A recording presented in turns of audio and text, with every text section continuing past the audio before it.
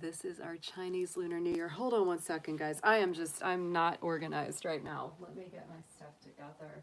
I apologize.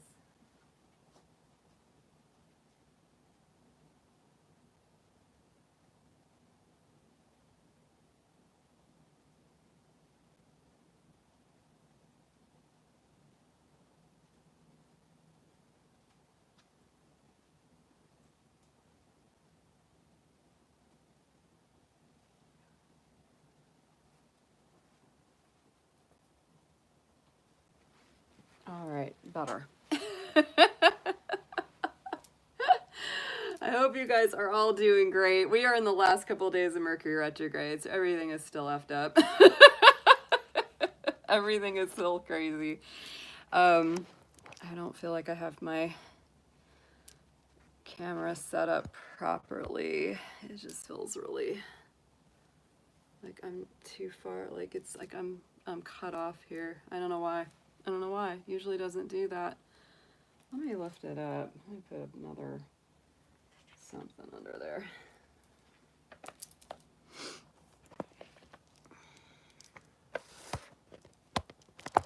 Is that better? Maybe? Yeah, that's a little better. Sorry, everything's cattywampus tonight. But I hope you guys are doing good. It is February 1st, and that means it is Chinese Lunar New Year. It is the year of the water tiger. We are shifting out of the energy of the year of the ox. Last year was the year of the ox, which is Capricorn energy. It's very similar to Capricorn. And the year of the tiger is similar to Aquarius energy. The element of water does add some extra emotion, some extra sensitivity, some extra fluidity to the energy of the tiger. So even though the tiger is very dynamic, adventure and action oriented, I'm blurry. I don't see it being blurry on my end. I'm so sorry. There's nothing I can do about it. I restarted once already and I can't do it anymore. If this just isn't coming through, then I'll just end the stream and we'll try it another day. I don't know. Y'all tell me. Y'all tell me.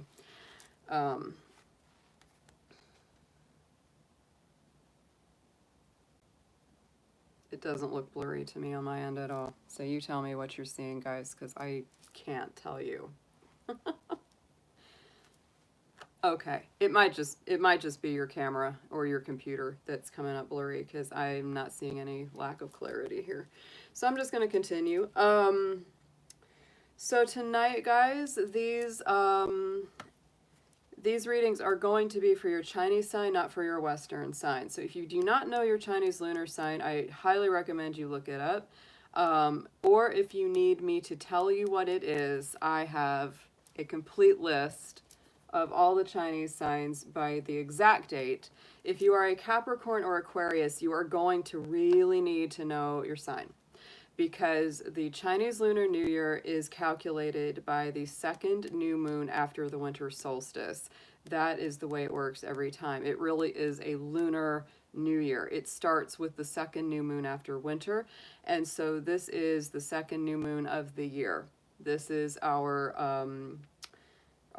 Lunar New Year actually starts today on the new moon in Aquarius. So, you know, not only are we getting the new year, we're also getting a new moon cycle, which is really powerful. This always brings us a 2-week cycle of greater growth, new beginnings, initiations, and new starts.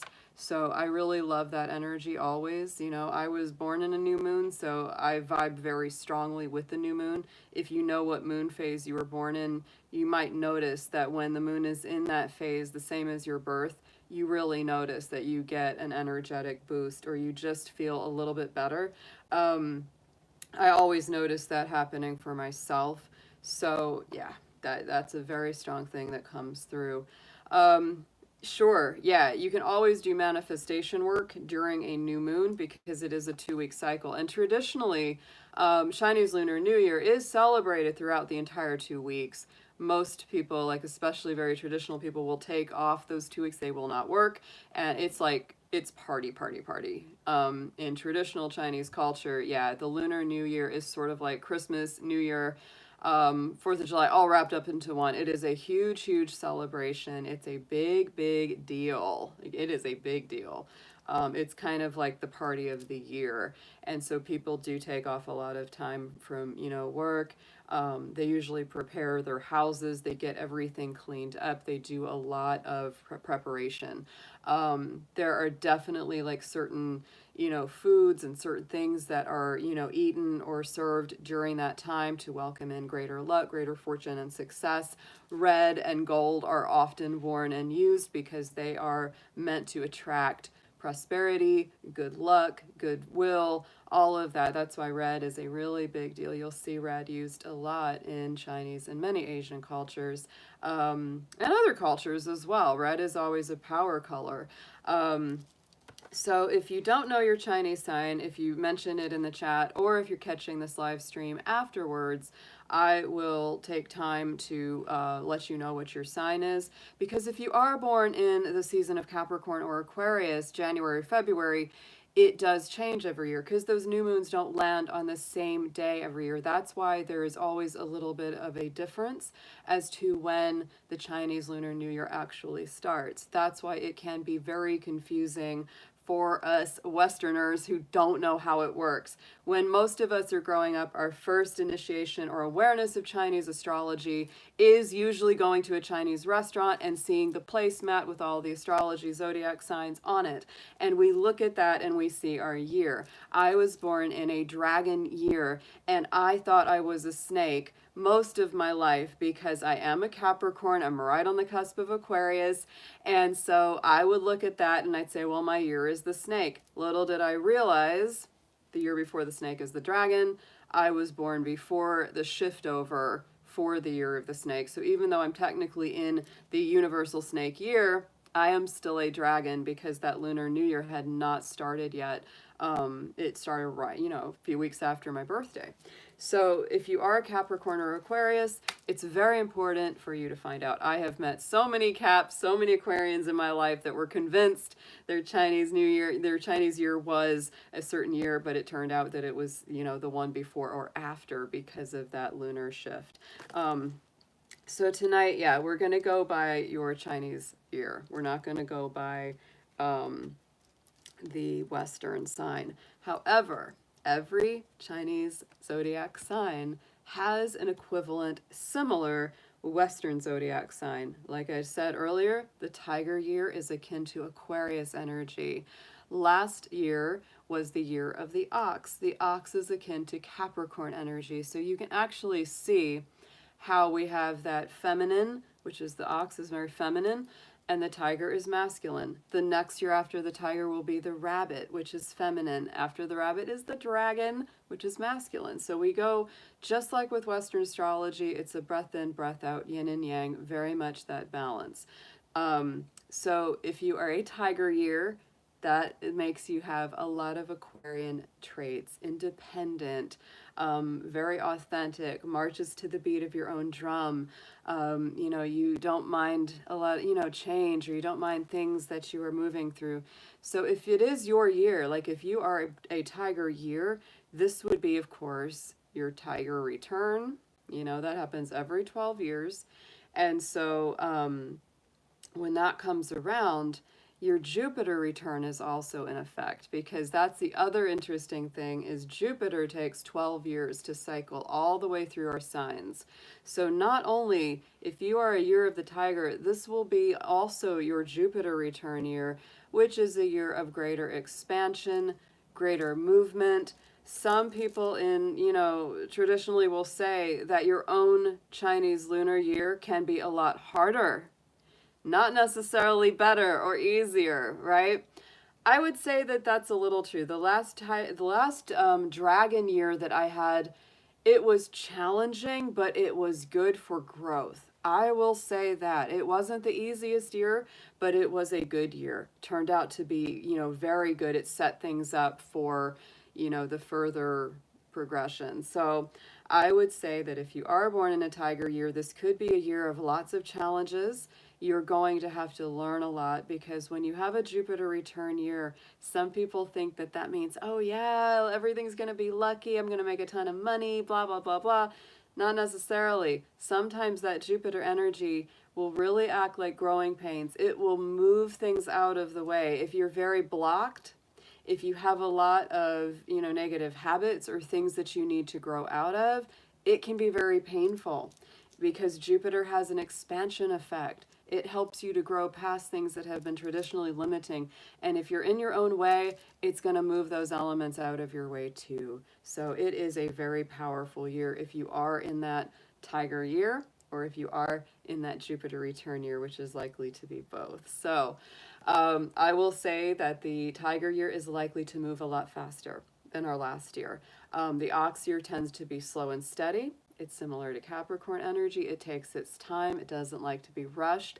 It gets things done. Oh, it gets things done. It's got that ambitious, tortoise energy, but it definitely is a slower moving energy, and it doesn't like to be pushed. It doesn't like to be hassled. So that's something I will say will change very dramatically, is that the Tiger is going to be a faster moving energy. It likes to get things done. It likes to get things moving. It's definitely a travel time. Tigers generally like to travel. I've known a lot of tigers that do enjoy it. And so it's going to be really hard for people to hold back from wanting to go places, to make travel plans. Quarantines, travel restrictions, they're going to be really impatient and really fussy with that. They're not going to like that. If they're told they can't go somewhere, they're likely to get really pretty upset, because Tiger energy likes to move, it likes to go, it likes to see new things. The Tiger can have a bit of an ego. It is similar to the dragon a little bit, right? It has a sense of pride, has a sense of showmanship. It definitely likes to put on a nice presentation. It can be very fiery, can be a little dramatic. That is the big cat of the Chinese zodiac, right? It's not a lion. It's not any other kind of cat. It is the tiger, is our big feline of that cycle. So it is a really beautiful time. I like it because it feels like a fast forward to the future. It really does bring things, into clearer focus when it comes to future energies. And it's a brighter, kind of happier energy. So I really do enjoy that feeling. Yeah, tigers don't like to get stagnant. No matter what they're doing or where they are, they do not like to get stagnant in their energy. So let's see what we've got. We're gonna look him up. This is one of my favorites, and the tiger compatibility is the strongest with the dog, the horse, the dragon, and let's see, which one else? Which one would be the other one? I'm trying to remember. I don't have it all in front of me. It would be another fire sign. The rat. Yeah. Those would be the best signs in general for tiger personalities, because those are all those more masculine energies. They are more, bold, more daring. Yeah, so really, really beautiful. And like I said, this is a water tiger. It's the third sign of the Chinese lunar cycle. Here he is. There he is. Love to see him there. And this is one of my favorite. I've had this book for a very long time. It is the Handbook of Chinese Horoscopes by Theodora Lau. I've used it for years. It has excellent information. They've probably updated it since I bought this particular edition, because, they will update those according to the current years. But let's read the mantra of the tiger here. I am the delightful paradox. All the world is my stage. I set new trails ablaze. I seek the unattainable and try the untried. I dance to life's music in gay abandon. Come with me on my carousel rides. See the myriad of colors and flickering lights. All hail me, the unparalleled performer. So yeah, they are very they'll put on a bit of a show. Tigers, they like to put on a show, and they like shows. That's what I would say about them. They really do. So yeah, in Eastern culture, the tiger symbolizes power, passion, and daring.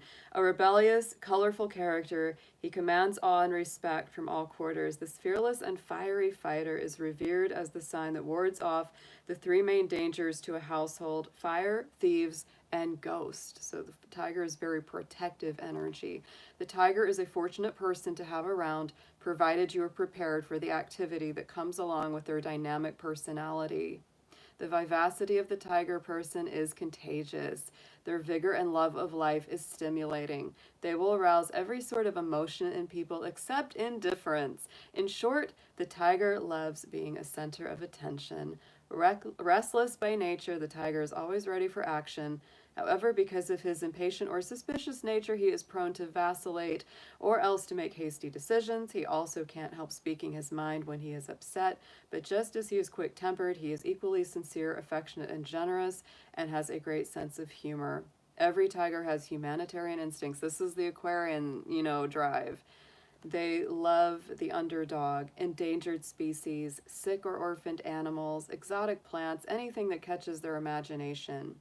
They will have pets in their home, and when he gets involved, his involvement is total. Yeah, they do love animals. I've never known a tiger that did not love animals, like a lot. Everything else will have to take second place to the object of his affection. The tiger is never half-hearted about their endeavors. They'll always give 100% or even more if they can. Wow. But it goes on and on. It has quite a lot here. Very, very cool. Yeah, very similar to the dragon and the rooster. They have an ego. Yes, they do. Money, power, and fame will mean nothing if their ego is hurt. Oh, yes. They can be a bully. That's true. They can be pushy when they're upset. Oh, my goodness. Little slights might enrage him, but he may let big issues pass without a murmur. The one thing to remember is that he does not like being ignored. Aw, yeah, playful and romantic. It's quite an experience being in love with or married to one. Oh my goodness. Very interesting. I love it. Has a whole thing about the tiger child, the 5 different kinds of tigers. So let me go ahead and set that up for you guys, because we do have different elements here. We definitely do when it comes to the Chinese wheel, and I'm going to show you that just for a moment. This is the directions, and Chinese lunar astrology is tied into pretty much every aspect of the traditional Chinese culture. This gets into feng shui, the directions. Each sign rules a separate direction. And also I would tell you that, there are the triangles of affinity. Here we go. Those are the ox, is the same as rooster and snake. We have the triangles of affinity of who they get along with the best. Those are sort of like our trines in traditional astrology, Western astrology, right? Those are what those are. And, every sign, it also ties into martial arts. It ties into traditional Chinese medicine. This is a chart that I actually got from my acupuncturist, Dr. Liwa, that shows how the elements subjugate or generate for each other. This in Chinese astrology is pretty massive. Like, I'm a fire dragon, so being involved with somebody of a water personality is not good for me, because water subjugates fire, right? Very, very easily.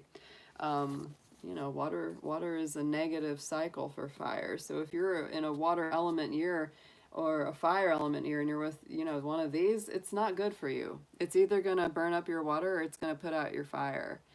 Yeah. And then, of course, we have the, positive flow, right? So for a fire person, an earth person is excellent, because earth feeds the fire, right? It gives the fire somewhere to go, right?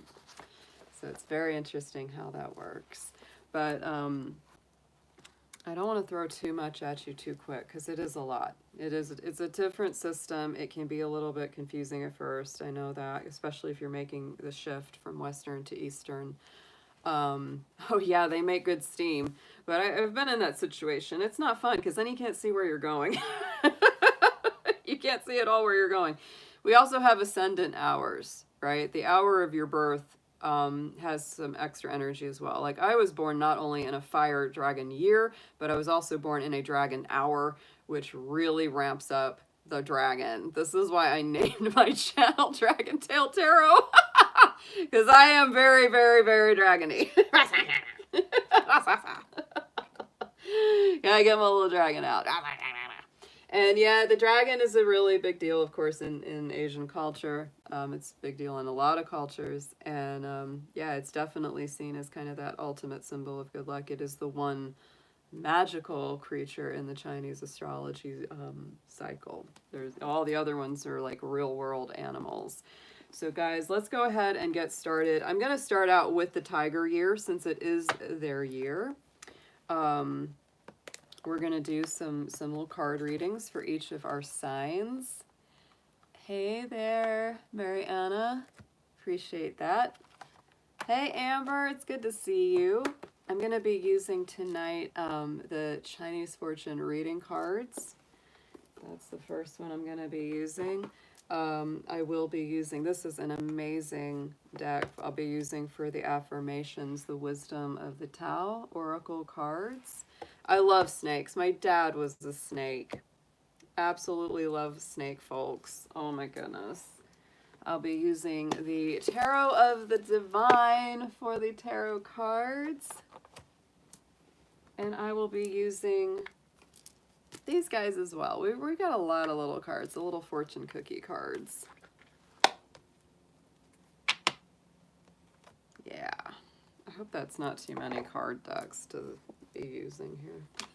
It is a lot. It is a lot. But we're gonna do our best. All right, let's do some tuning forks real quick. Who said that? Mariana, goat, 1974, 1979. No, you would. It's these come around every 12 years. So,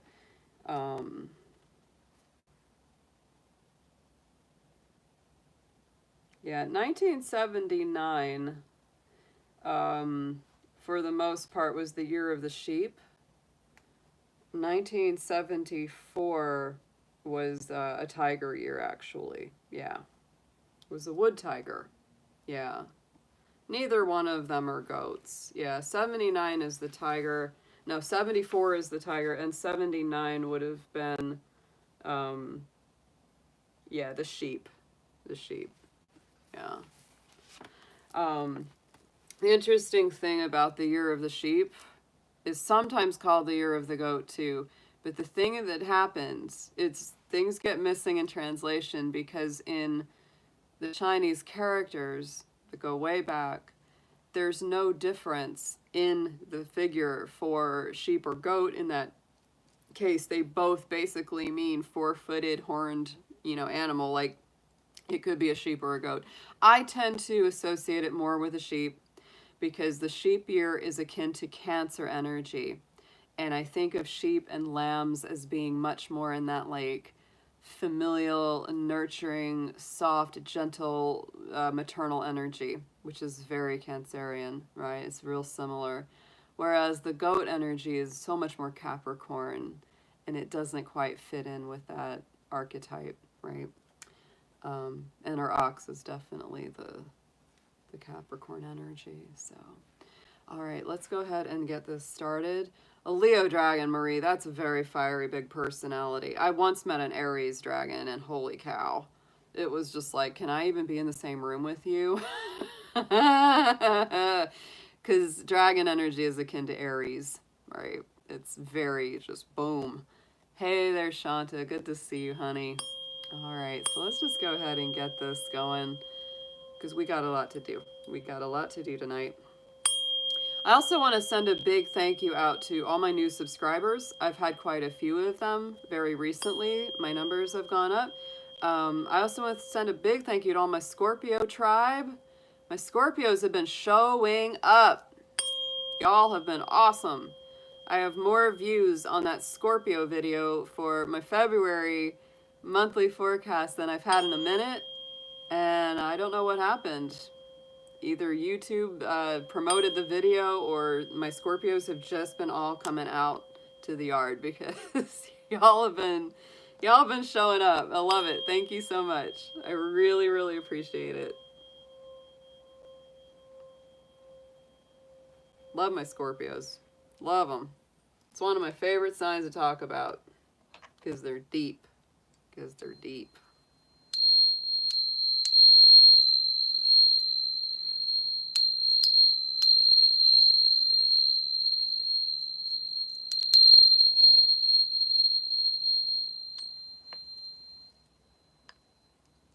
All right. Okay, let's put this to the side. There's so much stuff on the table. All right. And we are going to start out with the tiger. We're going to start out with him because that's our year. It's our tiger time. I'm going to show that again just so we get that up. This is going to be the tiger reading for this Lunar New Year. Let's see what's coming up for him. Let's see what's coming up for our tiger friends. All right. Dear Spirit, dear angels, dear guardians, guides, ancestors, please give us insight into the year of the tiger people who are actually having their Lunar New Year return tonight. Let's see what we have. What are their themes? What are their energies and messages for this year ahead? What do they need to be aware of? What do they need to be paying attention to? Thank you so much for all of your help. Let's see our year of the tiger folks. Let's see what we have for them.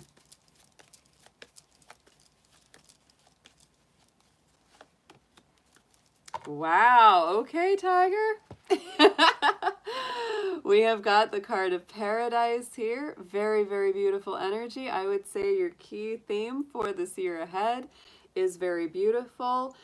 Pay good attention to creating a beautiful environment around you, being in a beautiful environment, sharing your good luck, sharing your positivity, staying in a good headspace. Staying in a really good headspace is important. Let's get a little fortune cookie message for you on top of that to clarify our paradise.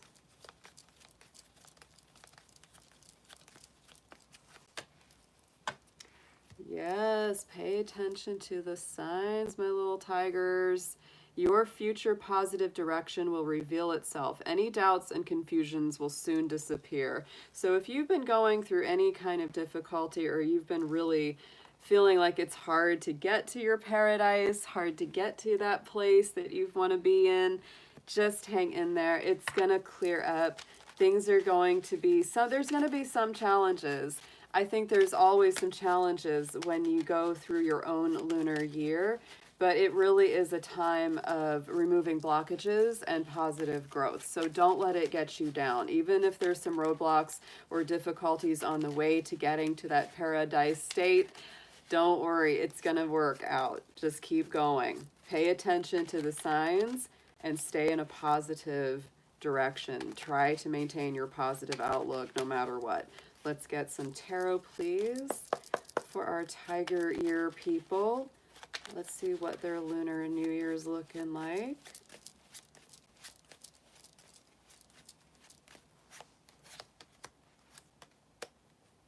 Oh, yeah, okay. There's going to be some movement. There's going to be movement.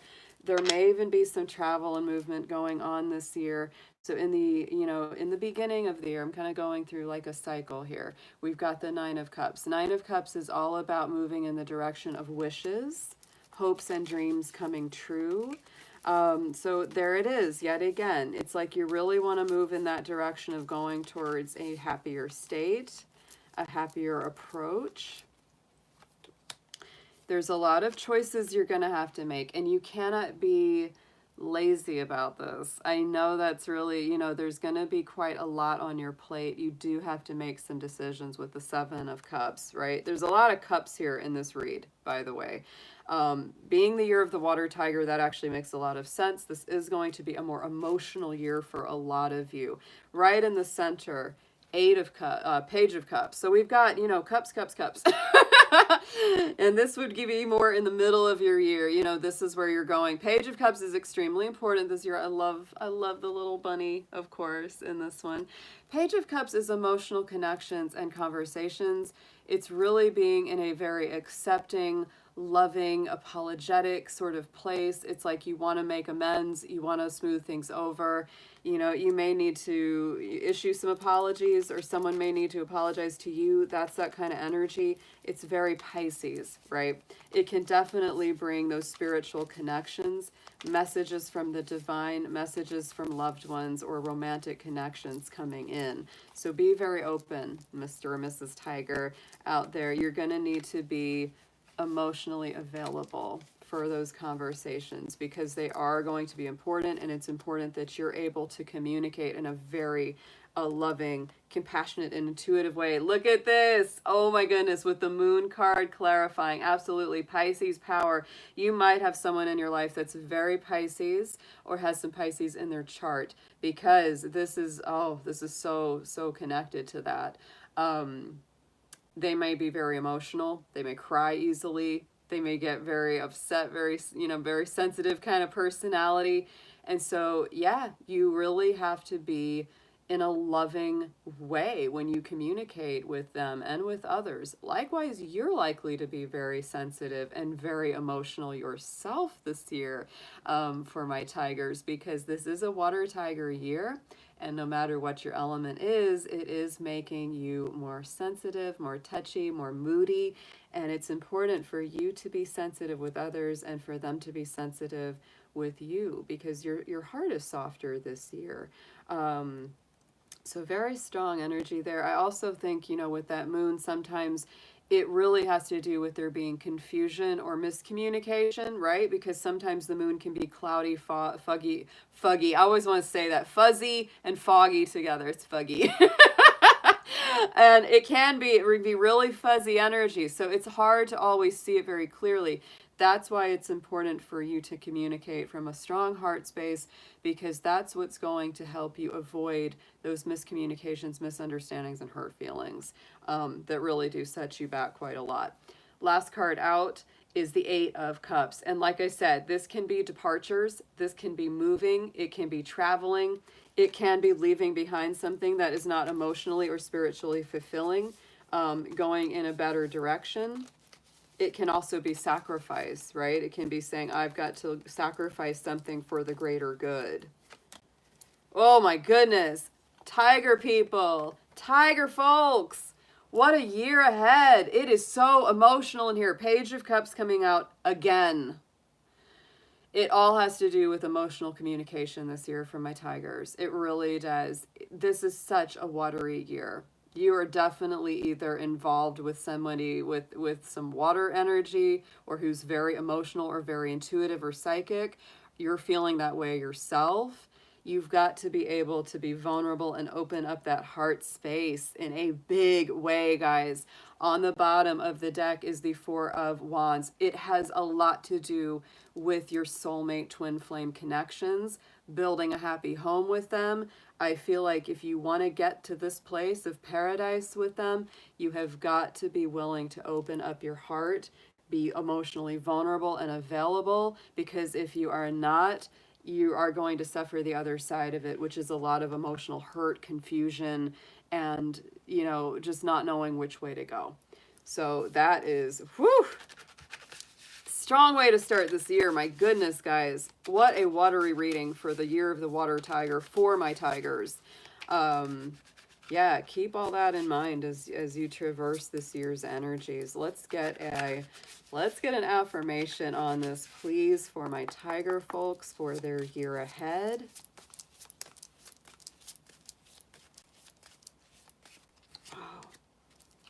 Yes, transformation is your key to this year, your affirmation.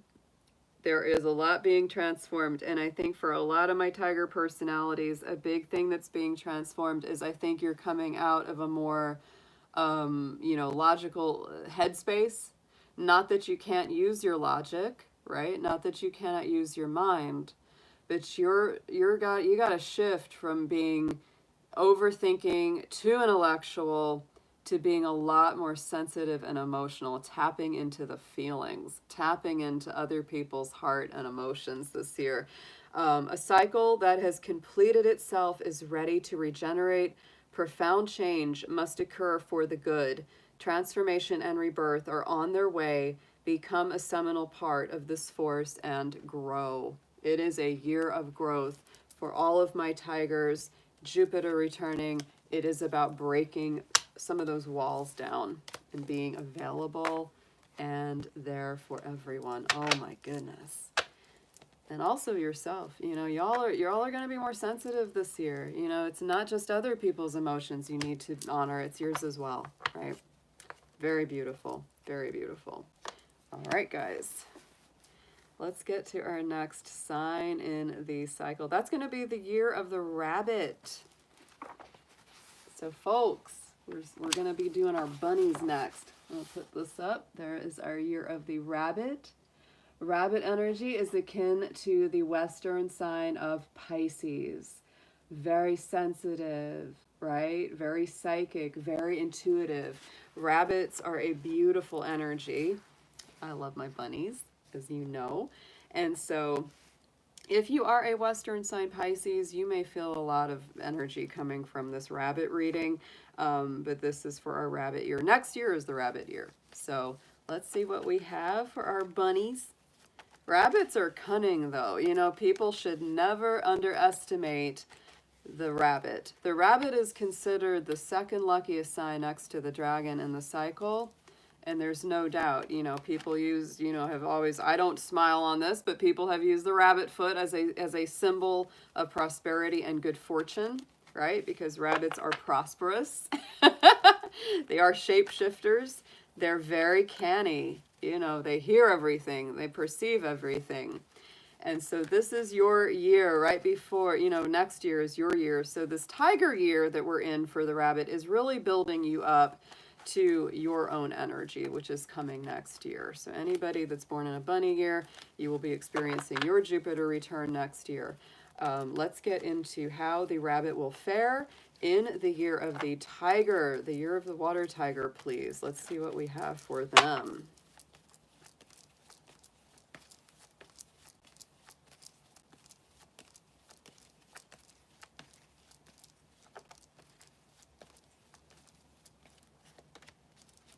Ooh, destiny is your key word for the rabbit year, guys. I like this. There's a sense of destiny, and I feel like this is a year where you're going more in the direction of what is meant to be, right? And you may have that sense that all roads lead to a certain, you know, destination. All roads lead to a certain person or a certain outcome, and it's like no matter what you do, it cannot be thwarted. Whatever it is you're meant to be doing or who you're meant to be with, it's going to be working in your favor. So let's get into a little fortune cookie card to just clarify this a little bit.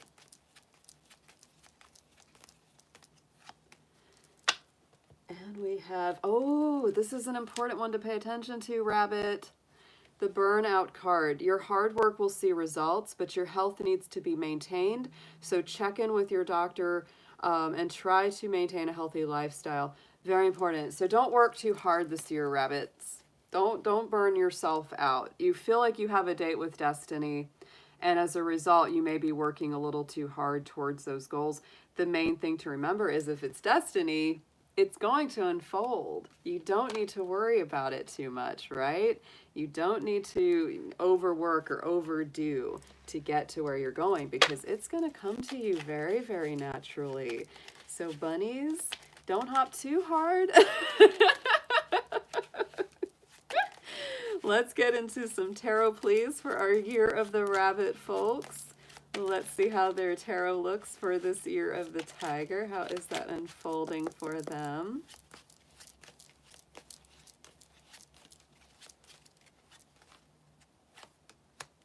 Ooh, yes. Definitely. Definitely, guys. Oh, this looks so good. We're starting out with the Magician. So I think a lot of my rabbit folks are really looking at, you know, what it is that they want to start. What do they want to put their mind to? What do they want to create? Some of my rabbit folks, I definitely know this about some of the bunnies in my life, is that they really they're kind of starting from square one. They're starting from almost nothing. And so it's like, this is really that Mercury ruled card Gemini, Virgo energy, the Magician, which really says you may not feel like you have much to start with, but look at your abilities, look at your talents, look at the resources that you do have within you to begin something fresh and new this year. And it definitely has that feeling of whatever you put your mind to here for my rabbits, it's going to be able to come to pass, right? Your manifestation qualities are very high this year with this card. And look at this, Page of Wands. I love it.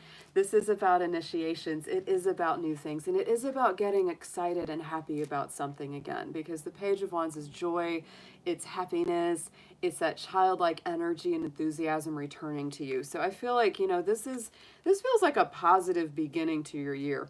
I don't doubt you're going to be dealing with some emotions and some things that you need to release. We do have this Five of Cups in the center, and somewhere around maybe the middle of the year, you may be feeling some of this. There could be some old disappointment, some old sadness, some things you've just got to let go of. But don't be too worried, my rabbits, because this Two of Cups in the background is still standing up. You still have quite a lot of good that can work its magic in your life, but it's time to release something that's either been painful, difficult, or didn't turn out the way that you wanted it to, right?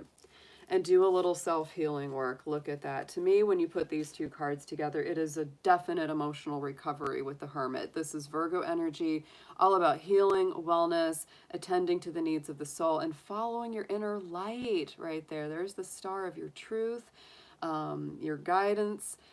Divine won't lead you in the wrong way, right? So it's important to do some healing work, probably around the middle of the year. But you might be doing this already, right? The more that you can release the sadness, the disappointment, and instead focus on the good things and focus on taking good care of yourself. We had that burnout card, said make sure to check in with doctors, you know, or self-care. And do take good care of yourself, because if you're working too hard or you're stressing yourself out too much, that can really be detrimental. I do think this year will be quite powerful. Look at that Ten of Wands at the end here. This is about the end of a burdensome cycle, a big weight being lifted off your shoulders, something that has just been weighing you down, that's been very heavy in your mind or your heart. Let's get a clarifier here for that one as well. Some of my rabbits may this year be ending a job or a relationship or a situation that was just super heavy for them. But look what comes in. This is a blessed year for my bunnies. It is. Look at that Ace of Cups. So I feel like as soon as you let this go, look at that. As soon as you release those burdens, that Ace of Cups returns, the blessing from spirit, emotional and spiritual blessing and gifts come into you. So on the bottom of the deck, I just want to point it out, guys. We've got the Sun card on the bottom, the most positive card, the best card you can get in the whole deck. And so Pisces, I almost want to call you Pisces, but you're the rabbit. My rabbit year, folks, this looks like an extremely blessed year. It's not without its challenges. It's not without some difficulty and some things that you're going to have to release.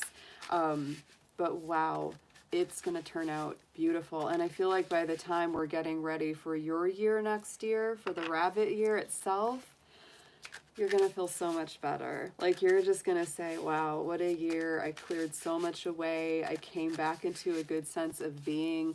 So let's get into an affirmation for you, my rabbits.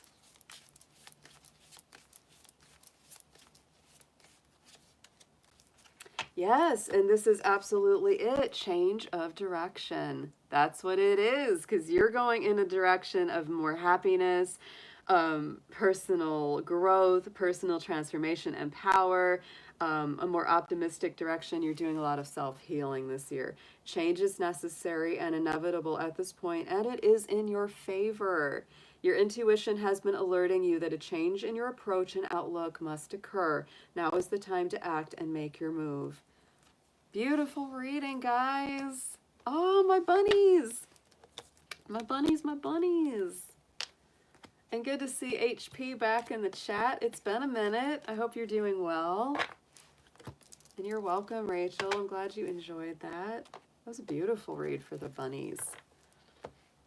Very positive. Just avoid the bunny burnout. Don't burn your bun.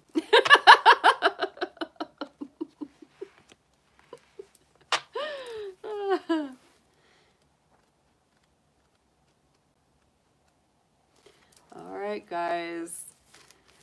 And I do have news about my little bunny.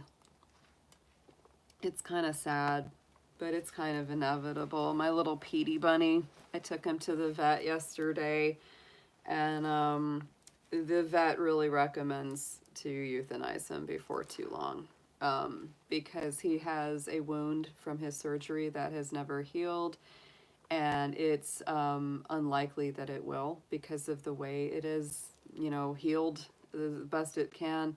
And he's also just, he's struggling with his coordination. He's been struggling with getting to his food and water. And so, he's probably not long for this plane of existence. It's very hard. He's 15 years old, and he's truly sweet. He's just the sweetest little guy. He's been with me his whole life. I've had him, all his whole life. And I never knew he would get this old. I never knew he, I mean, that's an old bunny. But she said his bones are literally starting to, like decay. Like they're, no, not decay, but they're not, I mean, his bones are literally starting to die. Like they're discoloring, they're turning gray. And, it's like his vitality is just, he's just so tough. Like he just doesn't want to leave. Like he doesn't want to leave. His little heart, his little brain, he still eats really well whenever I give him stuff.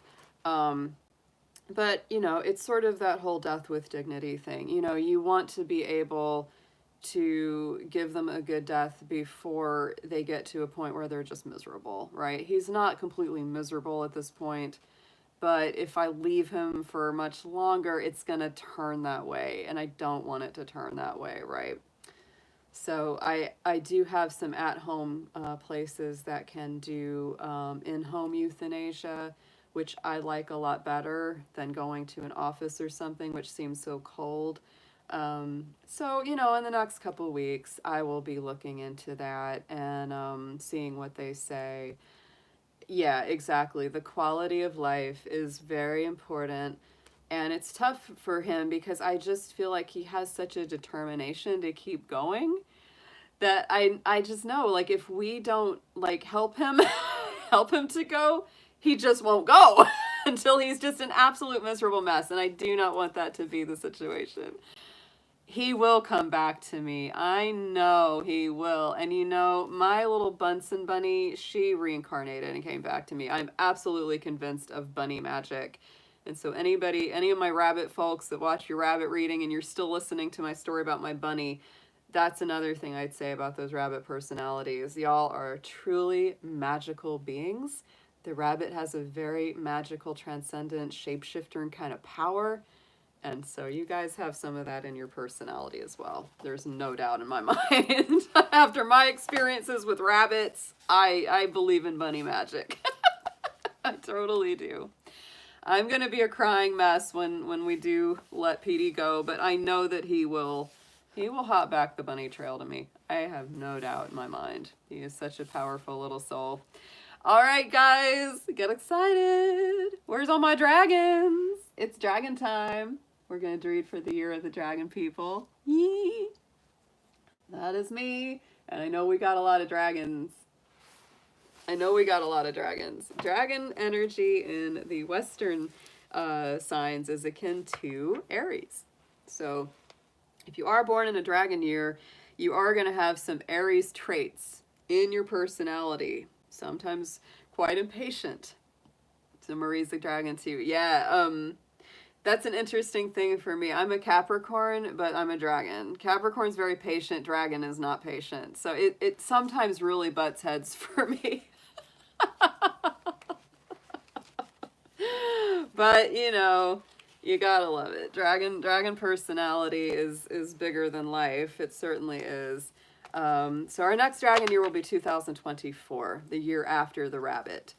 So that's when our next dragon cycle will be. It's 2 years away. Oh, Petey. Yes, he will be hopping down that bunny trail. Yes, he will. All right. So how will the dragon do in the year of the tiger? I think the dragon will do great in the year of the tiger personally, because the ox year, it's Capricorn energy. Dragon is Aries energy. Capricorn and Aries energy square each other, and so do the dragon and the ox, right? They don't not get along, but the dragon likes to move a lot faster and a lot more fiery than that ox does. So that's where they can really kind of butt heads and have some friction. So this is why I feel the tiger year is going to be much more dynamic and free-flowing with a lot of opportunities for the dragon, because that tiger energy is like a sextile in traditional astrology. It really does open up the doors of opportunity. So dragons, this is a year where we should all be watching for opportunities to open. Don't let them pass by. If something really good kind of comes into your life, don't let it slip by, because if you do, you might miss it, right? And it doesn't mean other opportunities won't come in, but yes. And you know, it's funny, I took a picture of a tapestry that I have hanging on my wall that is the dragon and the tiger. And that is a very, very old traditional, it's a martial arts symbol. You'll see a lot of that in martial arts, the dragon and the tiger, the yin and the yang, because they are both very powerful and they do work very dynamically together. They're both a strong, you know, kind of fighting warrior spirit. They're both very strong. So yeah. They have a lot of similarities. They have a lot of similarities. So this can be an energy that's very powerful. Aw, strawberry, that's too sweet. Almost makes me want to cry. Aw, but I definitely think he would. He definitely would. Aw, we will meet again. I have no doubt with Petey. I'll be on the lookout in the future for another little half wild brown cottontail weedy bun. I will be looking for that. So dear spirit, dear angels, ancestors, let's see what we have for our year of the dragon, folks. How will they fare in this year of the tiger coming up? What does that look like for them, please?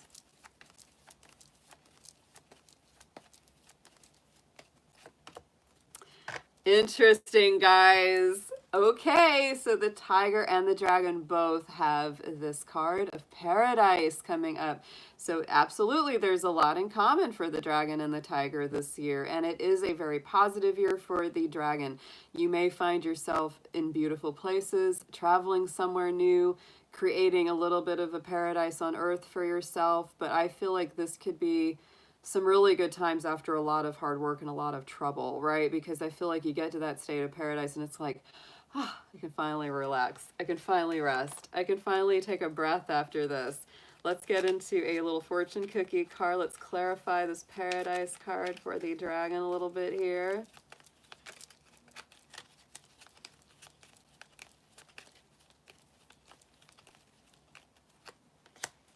And we have the love card, dragon.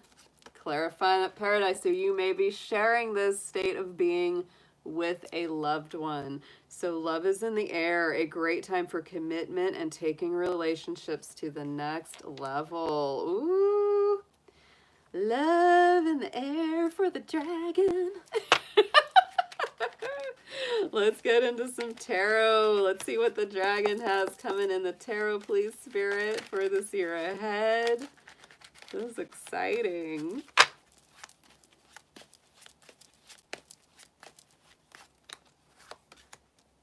Yes. Ooh. All right, dragon. All right.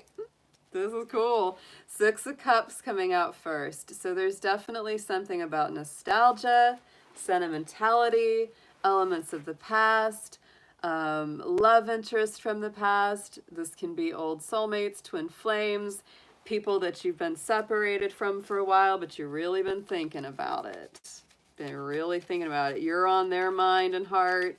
They're on your mind and heart with that Six of Cups. That is a very strong card of nostalgia, sentimentality, memories of when things were good, when you were together, all that kind of stuff going on.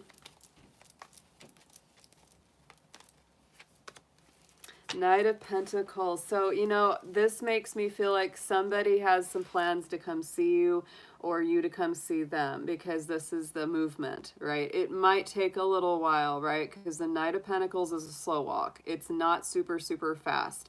So you're going to have to be a little patient, dragon. But I feel like somebody's or something is on the way to you.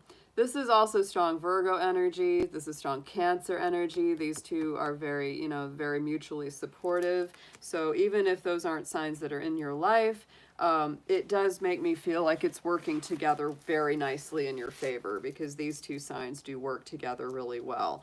Right in the center, though, dragon, Queen of Swords. This is like, you don't have, you're not, if you don't come in correct, you aren't coming at all. That is like, you're very particular about this person. They might have hurt you. They might have let you down in some way. They might have said something that you didn't like, or they might have done something you didn't like. And you're a very tough customer right now with them. You know, this is, you're really looking to see that they're going to do right by you and that they've changed their ways for the better. This is Libra energy. Queen of Swords is a tough customer. She does not put up with any nonsense or any funny business, right? Let's get a clarifier on this Queen of Swords, please. Let's see what we got, babies.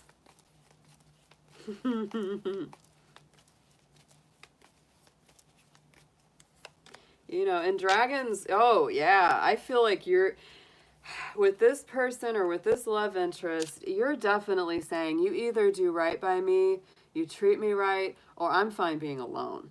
Like, I'm fine doing my own thing. And dragons always are, because we take our entertainment where we go. Like, we're just like a carnival on wheels. We're very, very content within ourselves, because we can always start a party no matter where we go. That is the truth about dragons.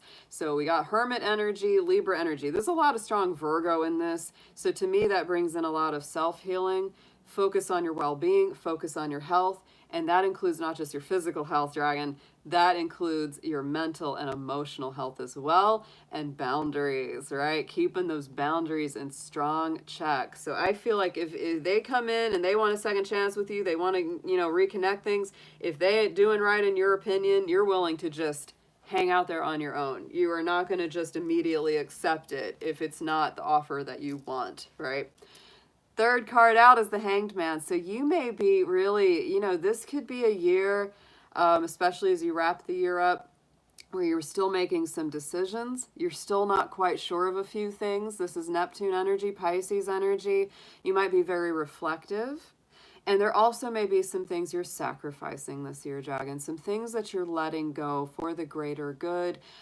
Things that are no longer good, especially from the ego standpoint. And dragons do have a big ego. We can. Yes, we can. So this could be definitely something that might not feel great at first, but it's actually quite positive, right? It's actually quite a positive thing. It may be a bit of a challenge, bit of a trial to release some things, but ultimately, my dragons, it's going to be for your highest good, because if it's just egotistical and it's self-serving, that's important.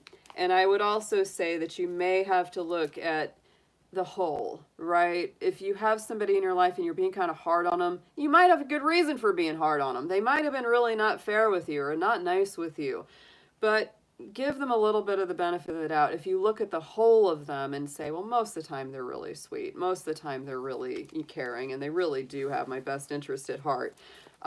Look at the whole, because you're going to have to balance some things, and you might have to let your little ego go a little bit on some decisions. It's okay. It's okay.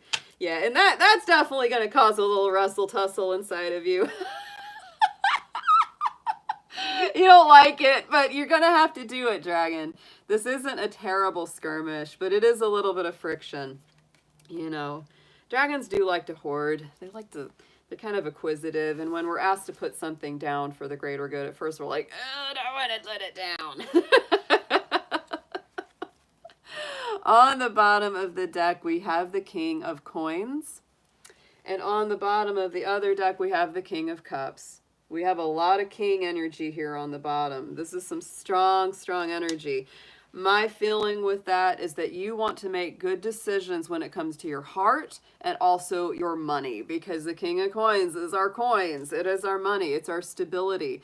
And I feel that if you don't like what somebody's giving you or the way they're treating you, you're absolutely going to do whatever is best for yourself. Look at the next cards after this that are on the bottom of the deck. Six of Swords, moving away from drama, moving away from difficult or conflict, people that do not give you what you're needing in life.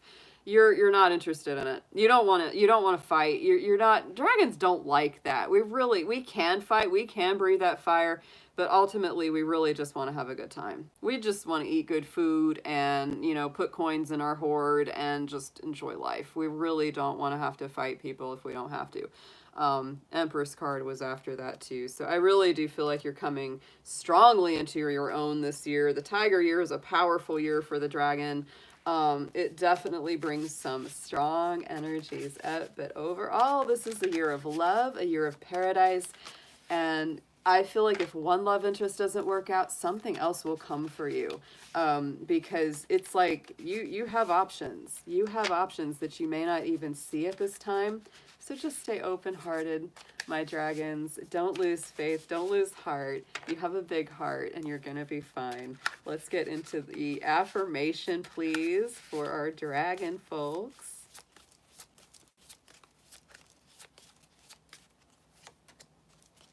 Ooh-hoo-hoo! There's a fire element card, too. See that? Space clearance. The appearance of this card is a serious sign that space clearance and negative energy removal are needed immediately. Environmental or personal space, or both, could be affected. Attend to needed cleansing to bring in positive, fresh energy. Dragons. There could be somebody kind of jealous of you. I'm going to say that. That is truth. So I would say do whatever you need to do to protect your space. Protect your personal energy. I feel like I need to go sage now. I feel like I need to go burn some sage now. On the bottom of this deck, we had the protection and the earth card. So we got earth and fire energy. Uncertainty lurks around you, but you are shielded by the powerful energy of heaven's light. The happy birds sing you a message of hope.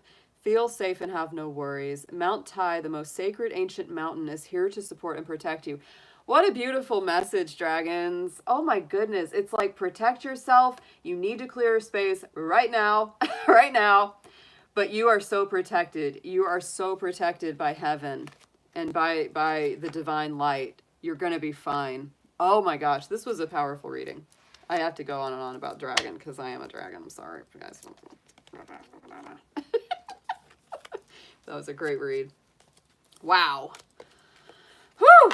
Pay attention to protecting your energy. Don't entertain anybody that's negative or stealing your light. You know, just don't let them in. Don't let them in. That's why that Queen of Swords is there. Like, you want to get through me? I got a sword. Yes, Marie. Great idea. Great idea with the salt. Salt is great protection. I keep black tourmaline and selenite at my doorways too. But after that reading, I'm definitely gonna be saging. Definitely gonna be burning some sweetgrass and Palo Santo and all of those things to kind of really cleanse the environment. That's a fabulous read. All right, dragons. Next up is the snake. One of my favorites is the snake. Oh my goodness. Now the snake energy, if you're born in the year of the snake, that is Taurus energy. Very earthy, very connected to, you know, Mother Earth. The snake, to me, also has a little bit of that beautiful transformative power where they shed the skin, right? Snake people tend to heal really well. They tend to regenerate really well. If you're a snake personality, if you get sick or if you suffer a setback that way, you have a tendency to amazingly recover. Like I've said, my dad was born in the year of the snake. He definitely had that. He was amazingly regenerative, very strong, very tactile. And I will also say something that's very true about the snake personality that I've read before about them is that it is said if you have a snake personality in your home, you will never starve, you will never see lack. And that was very true. My dad was all about food. He used to stock that pantry. It was so funny. But that is, oh boy, they will always do their very, very best to guard against any, you know, kind of lack or scarcity in the home. It's that Taurus thing, you know, they're really about having the food, the roof over your head, a warm place to be. That was his big passion. He even said that. He's like, I don't ever want you or, you know, your sister, your mom to be without a place to be. That was just one of his big things. But I love my snake people. So snake folks, I will tell you, I think the tiger year may be a little bit more challenging than the year of the ox. The year of the ox was your own energy, earth energy, because snake is like Taurus, ox is like Capricorn, right? Those are very, very nice energies. They work together so well. But Aquarius energy with Taurus is a square. It's a little bit more friction. It's a little bit more difficult.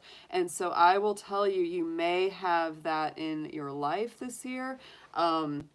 You may have times where you really butt heads with people. There may be some roadblocks that you have to get around or over, but you will get through it, right? The big thing here is to try to remain flexible, because these are both stubborn energies. The tiger and the snake are both stubborn energies. They both have that fixed kind of power. And so it is going to be a thing where you have to be willing to be flexible and to bend according to the situation. That's going to help you out a lot this year. So let's get into your reading. Let's see how the snake is going to fare in this year of the tiger. Let's get some cards on that for them, please, Spirit. Thank you so much, as always, everybody, for your energy and attention. Appreciate that out there.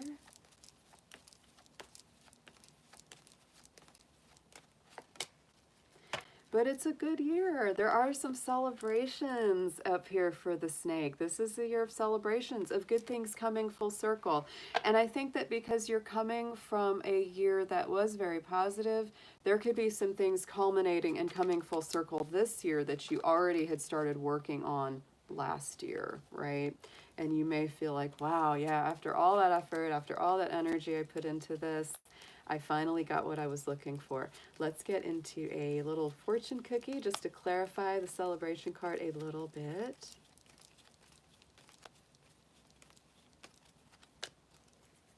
And manifestations, that's what I was feeling.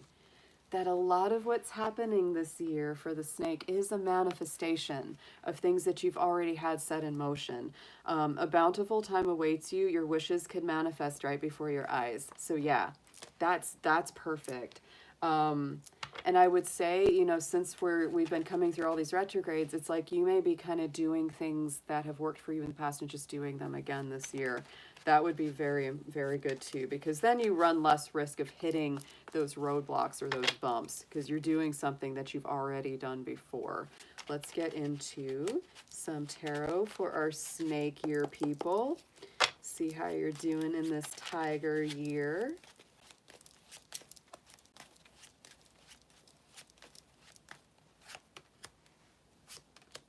Ooh, yeah, wishes, dreams, hopes, coming full circle. This is so nice. So we're starting out with the Page of Cups. That's the first card out. This is Pisces energy. It's gentle, it's soft. I also feel like this is a tiny for future glimpse of next year, which is the year of the rabbit. And the rabbit year is a very positive year for the snake, right? So even if this year offers some challenges, I think by next year it's really going to clear out for you guys. But again, this is emotional flexibility, vulnerability, and availability. It's important for you to be able to communicate on that very spiritual, emotional level. Be quick to apologize, quick to forgive. You know, it's like be in a very, you know, kind, compassionate headspace, because that is going to prevent a lot of the challenges that you could run into otherwise. So let's clarify this Page of Cups for you. Yeah, Five of Cups. And this is really, oh, some of you, especially as the first part of this year unfolds, you may be actually smoothing over some difficulties of the past emotionally. There could have been some breakups, some miscommunications, misunderstandings. not surprising for a lot of that to happen with Venus and Mercury in retrograde that we've had. So for all my snake folks, I would say definitely be open, be apologetic, be forgiving, because a lot of things that, you know, seemed really broken could certainly work out in your favor, right? Try not to pay too much attention to the sad things that happened in the past. In the center, we do have our 9 of coins, 9 of pentacles, and let me tell you, this is such a powerful card of prosperity, abundance, the things you've worked hard for coming full circle to you. So I do feel that this is a good year overall for you. In spite of whatever challenges may crop up, I feel like if you've been doing a lot of work, a lot of my snake folks that have been really putting in a lot of effort, especially this past year of the ox, these are good things coming full circle for you. Things that you have worked really hard for. I love that this dude is holding a watermelon too. My dad loved watermelon. Oh my goodness. He loves so many things, but in the summertime, he was so funny. He'd buy the biggest darn watermelon he could roll home.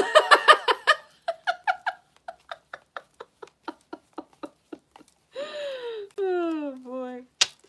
And I feel like, too, it's like there could be, like I said, this can be a year of challenge. We got 9 of coins and then the 9 of swords.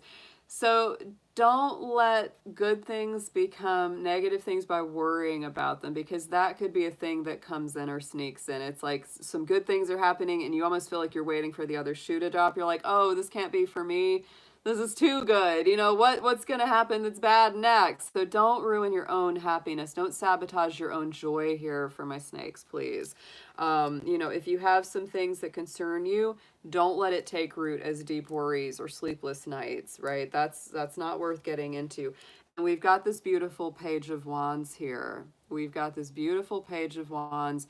To me, this is a renewal, a rebirth, happy energy returning, vitality returning, and joy. So as you wrap up the end of this year, you get into it, I feel like there's going to be a sense of, ooh, yeah, got through that, got through some of those little road bumps, and now things are going in a more positive direction. Yes, definitely. For my snake folks, anything that seems to get you down, or maybe a temporary setback, especially in the middle of this year, don't take it too hard, because by the end of the year, you're getting back on track. Look at that with the Sun card, the most positive card in the deck, my snakes. This is a very, very beautiful year. I think you're going to be just fine. Yeah, you're going to be just fine. Don't take any of the setbacks too deep. So cute. So cute, my snakes. I love it.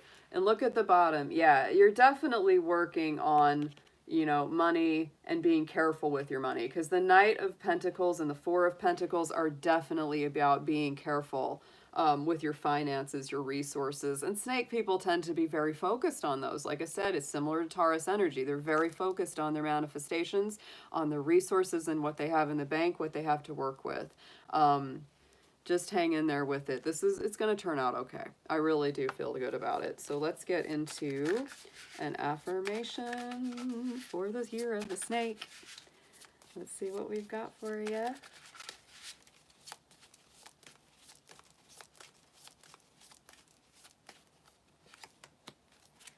Yes, it is a year of growth. And look at the energy of the wood. You know, that's beautiful. The panda spirit coming out for you too. There is an auspicious energy around you. You're experiencing vigorous growth. This is a good time to learn, develop new ideas and ways of doing things. Break away from old unhealthy habits and step out of the comfort zone. Your reward is ahead. Snake folks, this is a good year. This is a good year for you guys. I think there's a lot of manifestations here.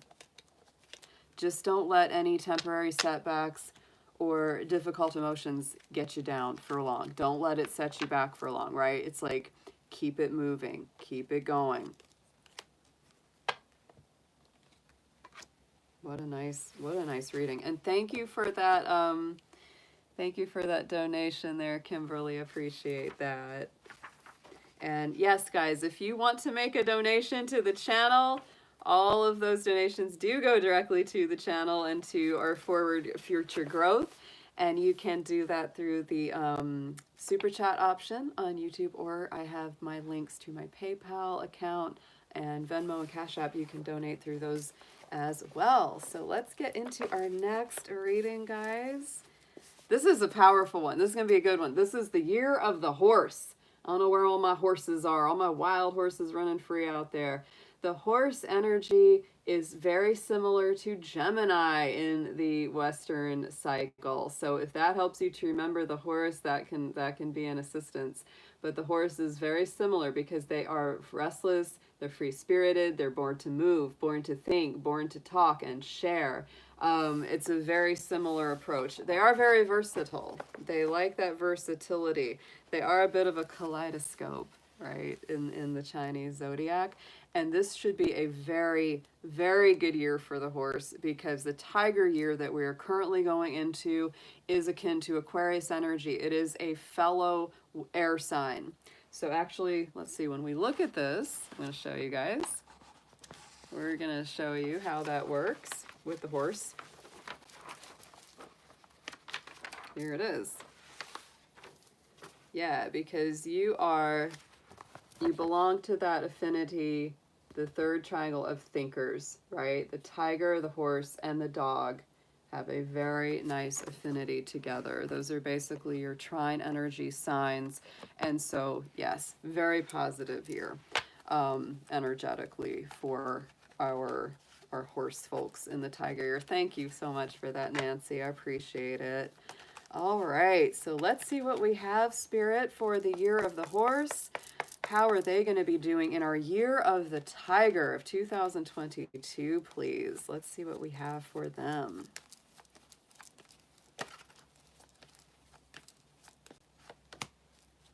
I knew it. It's a good year.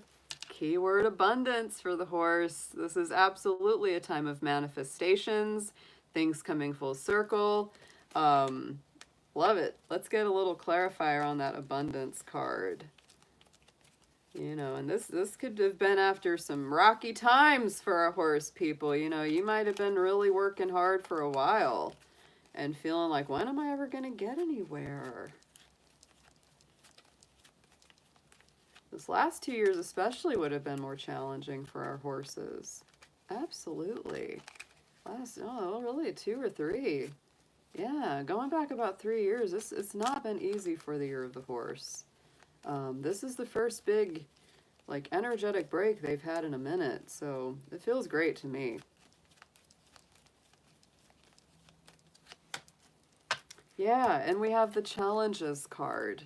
The challenges. And I feel like, you know, take the time out from problems or conflicts and approach things softly.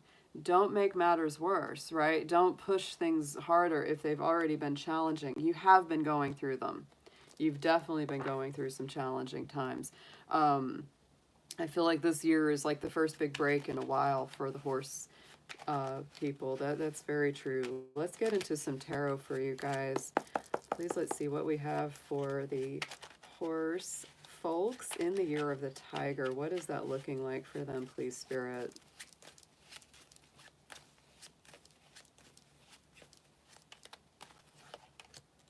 Yeah. Wow.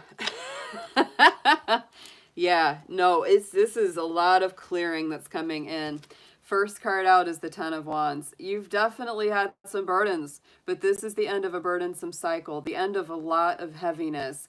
This feels like, you know, it's finally time as this year begins. It's like you have this sense it's time to really drop those heavy burdens and anything that's just been weighing you down here.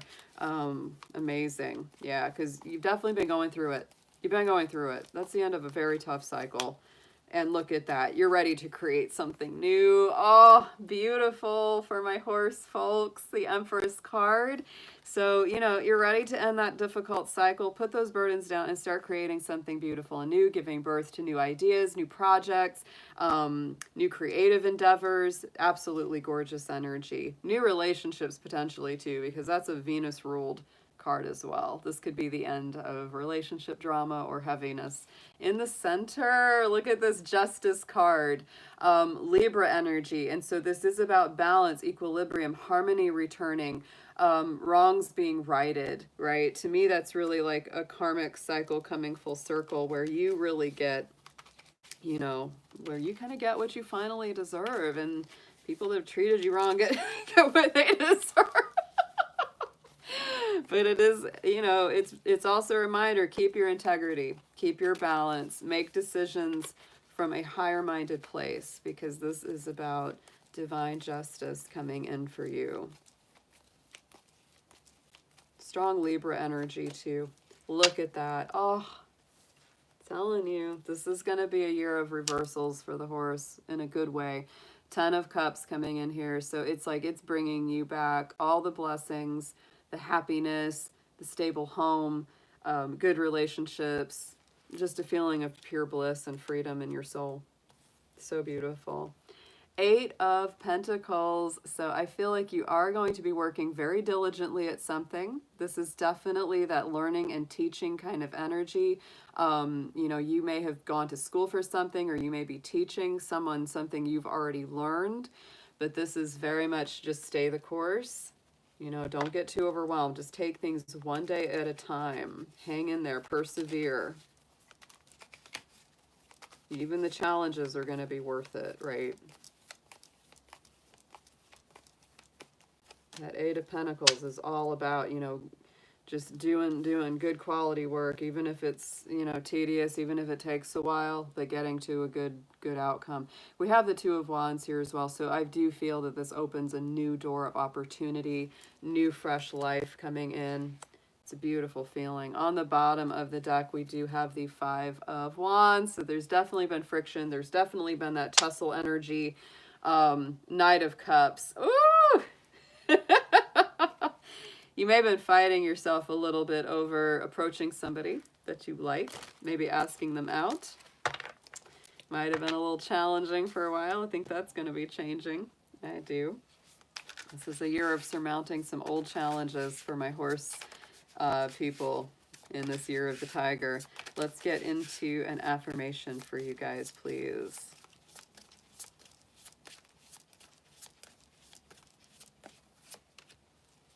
Surrender. Oh, beautiful. Yeah. Surrender, my horsies. Yes. This is a moment of awakening and relief. Oh, it is done.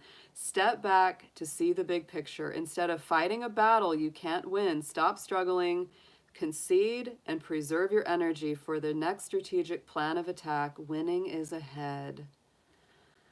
I do get that feeling. We had that thing in the challenges. Instead of continuing to push or struggle with something that's just driving you crazy, it's best to just let it go. So this is definitely, it is a bit of a choice for some of my horse people in the year of the tiger. For some of you, it really is that choice to say, you know what, this old way of doing things, this old thing I'm doing, it's not working and it's not going to work. So I'm just going to let it go and go in a good, positive, new direction. Yeah, for some of you, not all of you, but for some of you, that is the actual choice that you will be making. Very strong. This is a great year of recovery, I think, for the horse folks in this new year. All right, guys, let's get to our next one.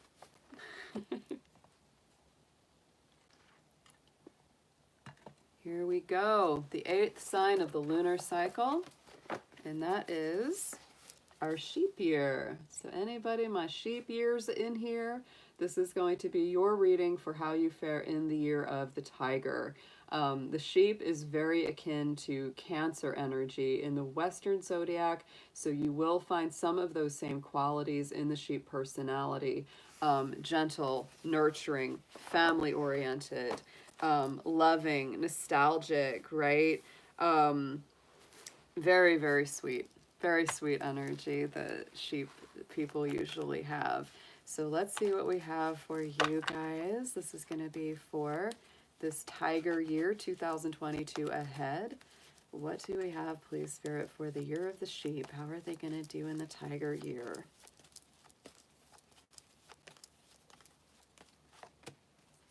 Ooh, okay, sheepies. We have a year of proposals. So this could be a literal marriage proposal. This could be taking a relationship to the next level. This could be great new job offers, an offer to move somewhere that really makes you feel good. Some kind of offers come in through this year. Very, very strong for the year of the sheep. So let's get into a little clarification from our little fortune cookie deck. Let's see what we have to clarify that for you guys. The future. Ooh, planning a future. This is exciting reading for you guys. That is. All right. You may travel or host an overseas traveler soon. Either way, great social fun awaits. I did get that feeling of like travel or travel offers coming in for my sheep year folks this year. And yes, planning a future. Big offers coming through. So let's see what we have in the tarot for the sheep year. Let's see what it looks like for you guys.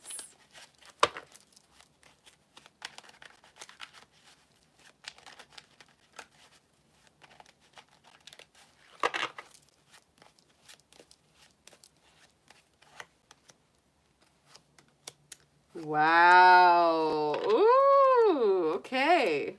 Some positive energy in here for sure. First card out is the Judgment card. So I feel like for a lot of my sheep folks, this year feels like a year that starts out with second chances, rebirth, phoenix from the ashes. You might have had a really challenging year last year through the year of the ox. That's Capricorn energy. It's a very equal opposite balancing energy, but it can be very difficult for the sheep, right? Because many times in Chinese astrology, the opposite sign from us is considered the most challenging. So I would say, you know, by those standards, the ox year would be one of the very most challenging for the sheep, right? That's one of the toughest. So you've definitely come through some challenging times, and this year is going to feel like a rebirth. It's going to feel like new growth. I will also point out that next year, the following year, is the year of the rabbit, and that is an excellent year for the sheep. So I feel like you're going in a very, very nice trajectory. Next year is a great year to plan a wedding, to plan a move, to plan something new, because you might be working on that. You may be working on planning a future this year, and it may really take root next year, right? Let's get a clarifier on Judgment, please.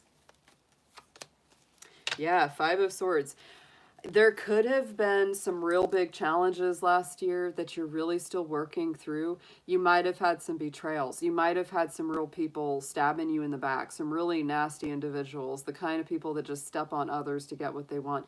And I feel like you're healing from all that. Like you've really flushed that out of your system, out of your social, you know, interactions, and you're going into a new territory. In the center, we do have the Devil card. It's just Capricorn energy. Ox energy. I feel like yet again, you may feel like it's a little bit of a challenge this year, especially towards the middle of the year, to kind of completely release from this stuff, because some of these people or situations may have set up negative habits for yourself, even if it's just a habit of putting yourself down, right? So I feel like this is a time where you're really working to free yourself from any old negative habits or patterns. The positive thing about the Devil energy is it is a hardworking energy. So I feel like you will put in the effort to get through those difficulties. And you will come through it. Oh, yes. My little sheeps, you will come through it. Look at that Ace of Cups, right? I feel like Spirit is really on your side. So if you lean on the divine, they're going to be there for you in a great big way. Ace of Cups, all the aces are the gift of Spirit coming through for you. And that is a gift of spirit, a gift of emotion, sometimes a gift of romance, right? We definitely see that in this year. Third card out, this could be really showing more the wrap up of this year, is the Three of Coins, right? I love the artwork on this because this is really saying you're going to embrace your personal power and you're not going to let these scoundrels, these ne'er-do-wells, these metaphorical monsters get to you. That's what I really see coming out of this for you, is that you may be struggling and really working to completely cleanse yourself and detox yourself of some really negative people and situations. but you're going to have success doing it. And once you get through it, it's not even going to bother you. Like, they could be there, like, putting you down, saying whatever they say, and you're just so busy just enjoying yourself that they stay away from you, because they just can't, they cannot penetrate that personal shield of protection and good energy.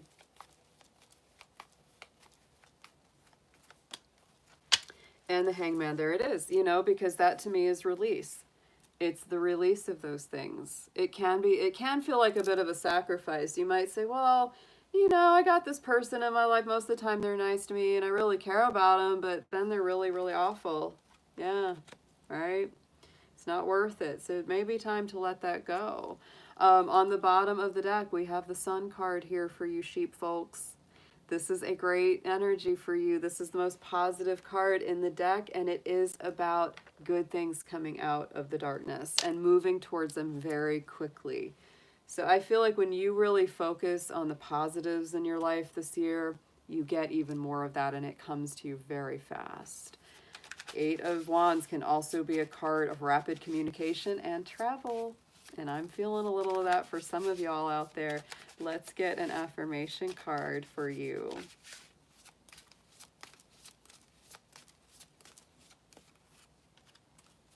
Yeah, leadership, the Jade Emperor. Beautiful. Yeah. This is definitely calling you to lead yourself forward. And it's very bright. You're being called upon for leadership. The Jade Emperor is helping you overcome barriers. Fuse your ambition with virtue. Employ your power with honor and wisdom. Move forward with unstoppable momentum. Success is inevitable. Yes, it is. You're gonna get through this, but it's that movement, right? It's that Chariot. It's the same as that 8 of Wands. Like, move forward. Move forward, sheep. Don't stay stuck in negative energy or other people's negativity. Just keep it moving. Very nice read. All of these have been great.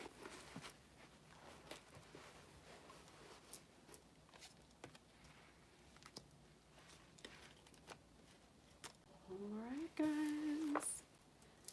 I know who's coming up next. This is one of my fire folks. This is a dragon ally, is the monkey year. Yes, yes. All right, guys, next up is the monkey. This should be a good one for you guys, all right?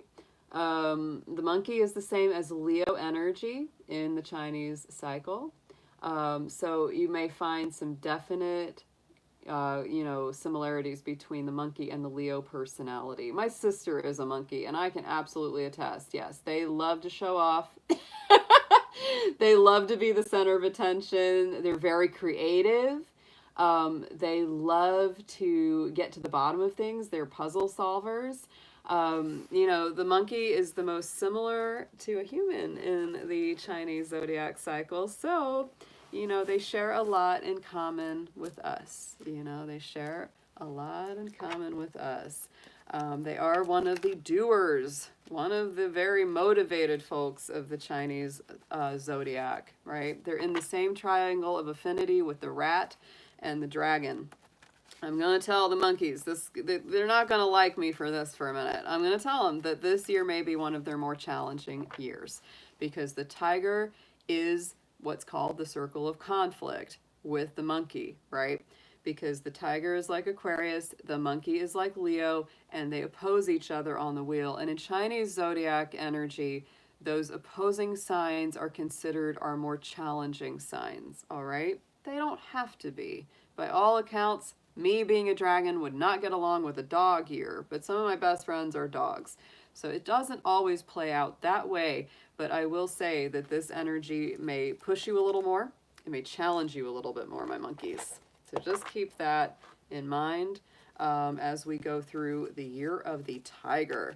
So let's see what we have for you in the cards. Sometimes the cards will paint a very different picture. Even though it's a challenging energy for you guys this year, it may turn out quite well in your favor in other ways. So let's see what we have, please. Let's see how our monkeys fare in the year of this water tiger 2022, please, Spirit.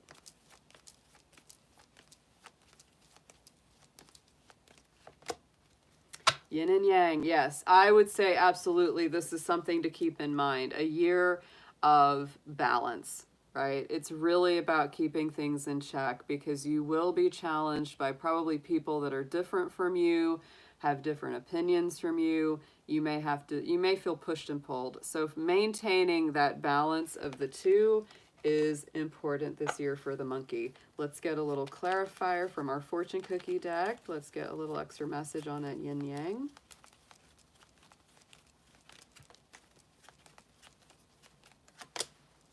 Communication, yeah, that would be key. That would be really key to understanding.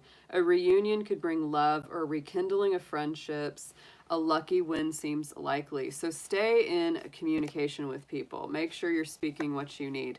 Interesting, it mentioned reunions because I looked at the bottom and the reunion card was on the bottom. So for some of my monkeys, there's a big message of reunions or potential reconciliations coming in here as well. That might be part of the challenge that comes in for some of you in this Tiger year, is that you may have to find ways to smooth things down with people you've had miscommunications or challenges with in the past. You have to really keep that temper down. The monkey can have quite a temper. The fire folks can all have quite a temper, and the monkey is certainly no exception. Let's get into your tarot for the monkey. Let's see what we've got for you. Ooh, these really want to jump. They really want to jump.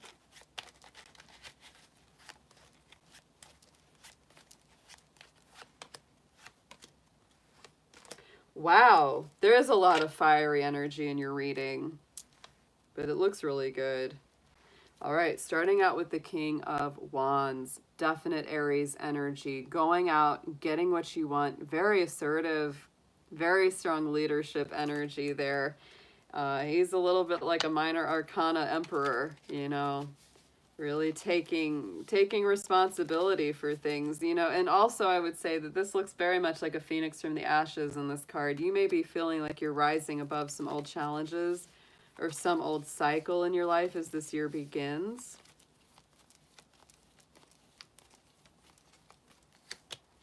And we got the Four of Pentacles. You're being rather careful. This is an interesting balance. Again, yin and yang coming out here for the monkey this year.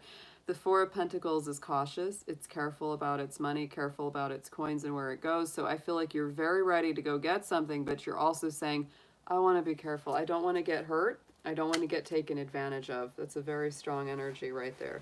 Next, in the middle of the year, this could be around the, you know, center of the year, is the Ace of Wands. So again, very bright, fiery energy, and it is the hand of spirit bringing in new vitality, new enthusiasm, new passion for something. This could be a bold, brand new start in life.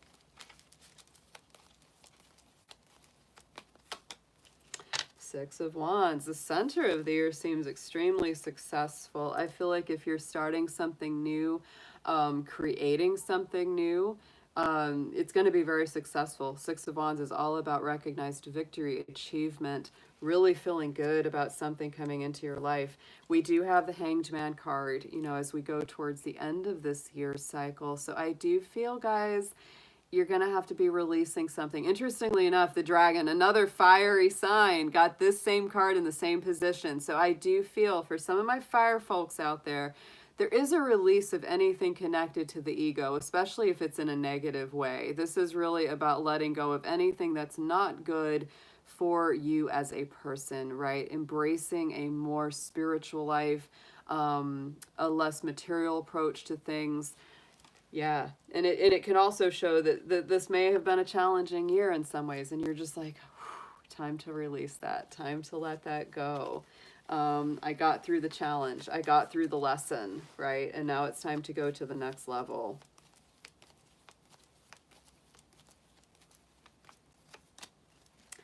Ace of Pentacles, though, guys. Monkeys, this is not a bad year. It may be challenging. I don't doubt it will be. But there's also a lot of good gifts coming your way. You have the Ace of Wands and the Ace of Pentacles in this reading. So I feel like whatever you are releasing, whatever you're surrendering or sacrificing with this Hanged Man card, Spirit's like, I'm going to replace that with something even better. So don't be afraid to let go, monkey. Don't be afraid to turn it loose, because something even better is coming. Look at what we've got. The Empress card on the bottom. This to me is a beautiful card of creative energy. She is the ultimate divine feminine. She is like all the queens combined, right? So it's very much that love, that rebirth. She creates new cycles. She creates new projects, new endeavors. Nice Venus energy here too. This can really be like a resurgence of love. Page of Cups as well. So again, communication is important, especially from the heart. Try to be soft. Don't fall into the ego too much, my monkeys. I know that can happen with you guys. But let's get an affirmation on this for you. Let's see what comes up for the monkey.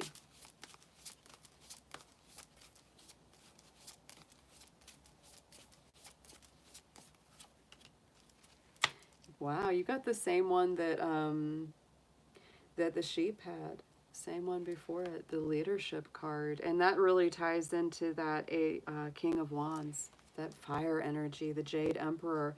You're being called upon for leadership. The Jade Emperor is helping you to overcome barriers.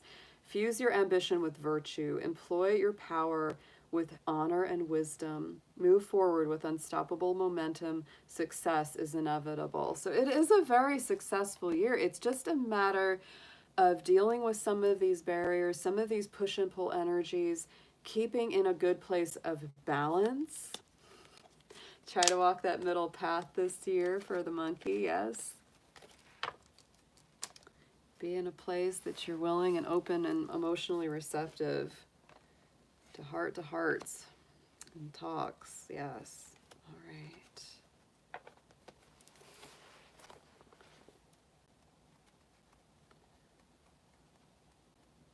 And next up, it's chicken time.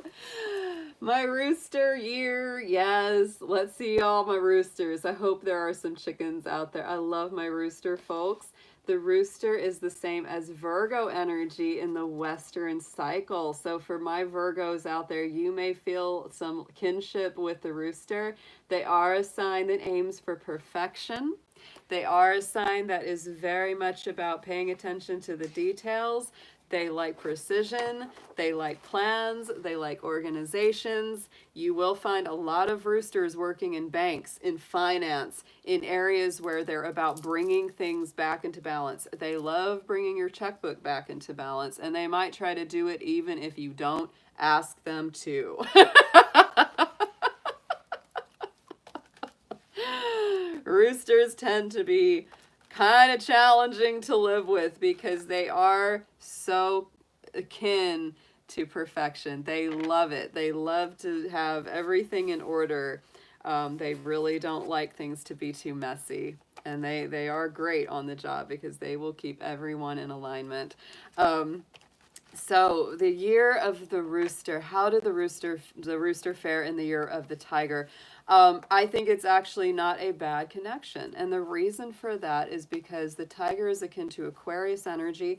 And Aquarius many times is very humanitarian, right? They're very much about doing something good for everyone. And the rooster, by proxy, being Virgo energy, is also about doing something good for humanity because it is a sign of service. It is a sign of helpfulness. Roosters do tend to have a bit of an ego, just like the dragon, just like the tiger, and they can really, you know, strut their little stuff around and shake their tail feathers. You don't want to ruffle their feathers, right? But that's definitely an energy that they sometimes have. They can be like, I know what I'm doing, look at me go.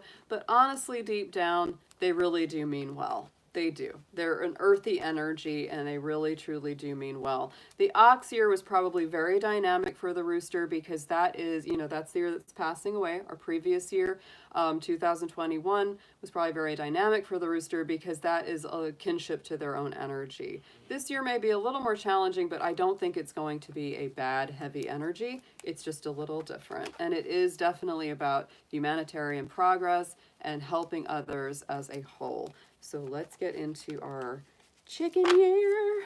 Let's see what our roosters are doing in this tiger year. Let's see what you've got, guys. Please, Spirit, let's see what we have for the rooster in the 2022 tiger year.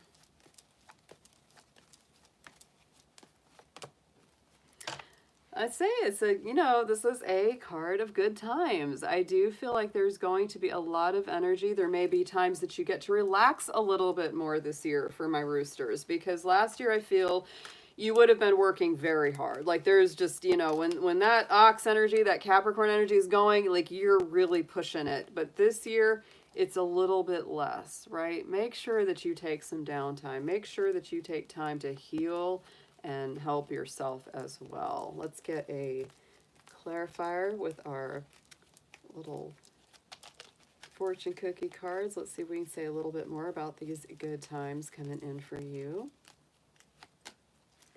Society. Yeah, there you go.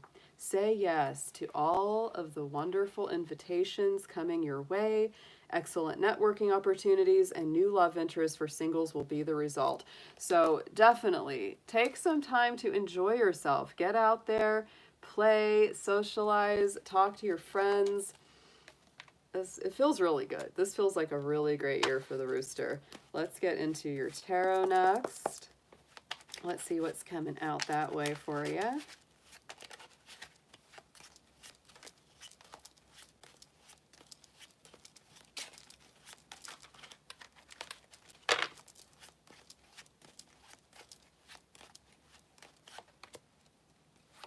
Yeah, this is about some balances and some stability coming in. Starting out with the Six of Coins. So the Six of Coins to me is a beautiful card of reciprocal energy, equal give and take. It is Taurus and Libra energy, so it definitely brings in a beautiful sense of balance. And I feel like anything that was out of balance at all for you, which is rare for the rooster, but if it has been, you will be bringing it back into balance, okay? And focusing on relationships and connections that have mutual beneficial results for both.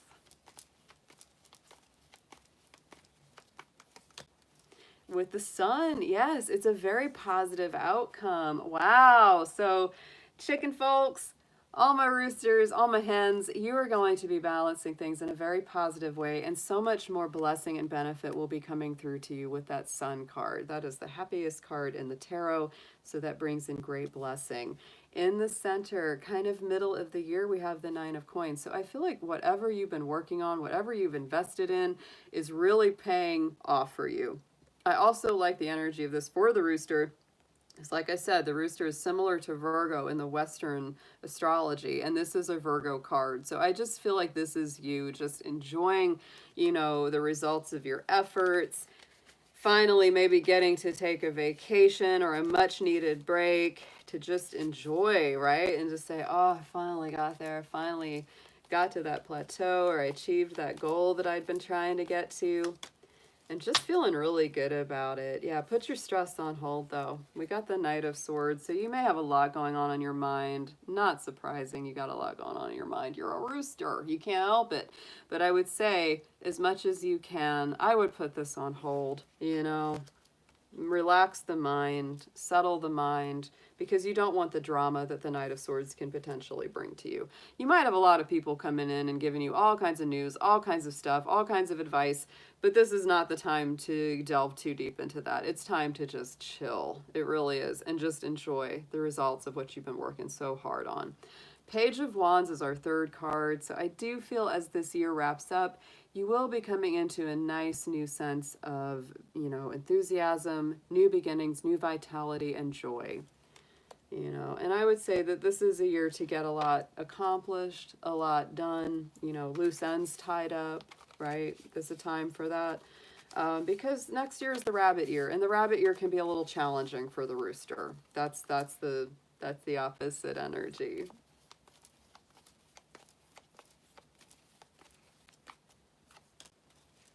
Yeah, and there's movement here. There's a lot of movement here. For some of my roosters, you know, as you get further on into the end of this year, you might be considering a move from a home, from a job, but I really do feel like there's going to be some sort of a clean sweep. Like you're going to be doing some sort of real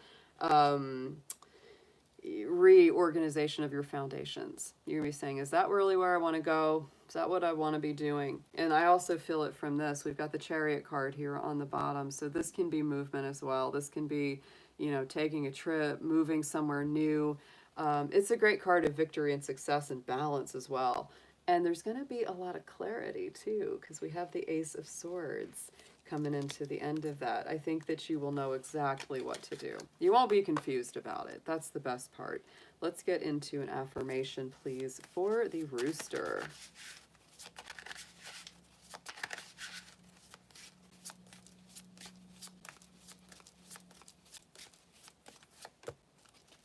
Yes, this is it. The Karma card. Absolutely. Things coming full circle. The cycles of birth and death, action and reaction comprise our universe. Your situation arose from past karmic connections. The opportunity to create good karma is now. All past life influences are working toward a final balance. Accept what it is. So, roosters, I would also say this is a year where you should really watch everything that you do. Make sure it's coming from always a place of integrity, from the highest and best, because this could be a very karmic year where anything that you do during it ends up really coming back to you for good or for bad, right? So those are the things I would put in there as your messages for this year of the tiger. All right, guys.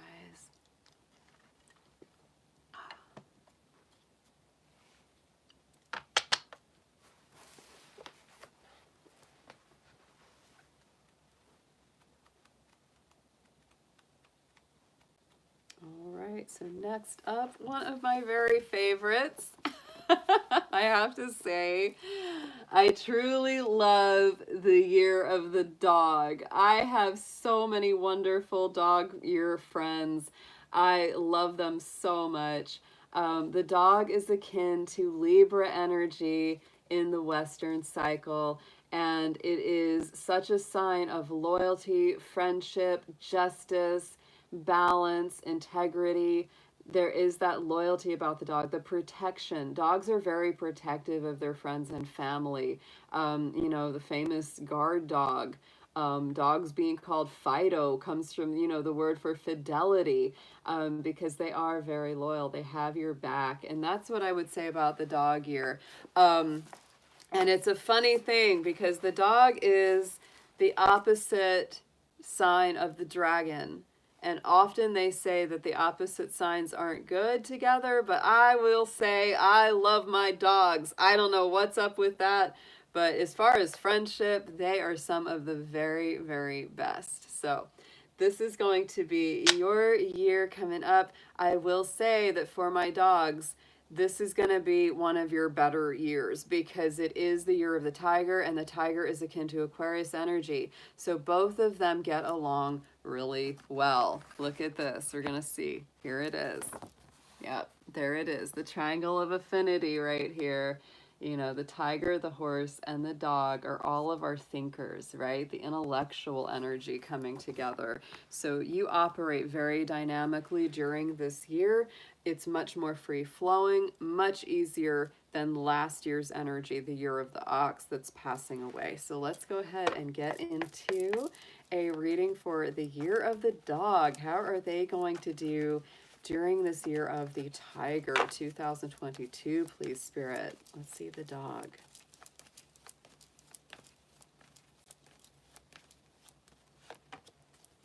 Ooh, I like to see that. You're going to like to see this too. Money! So my dog folks, this looks like a fabulous year ahead of greater prosperity, financial security, maybe some things that you've been working very hard at for a while, finally coming full circle. Show the dog the money, because it looks like that is what's coming your way. Let's get a little clarifier on that. Just add on to that message with the little fortune cookie cards.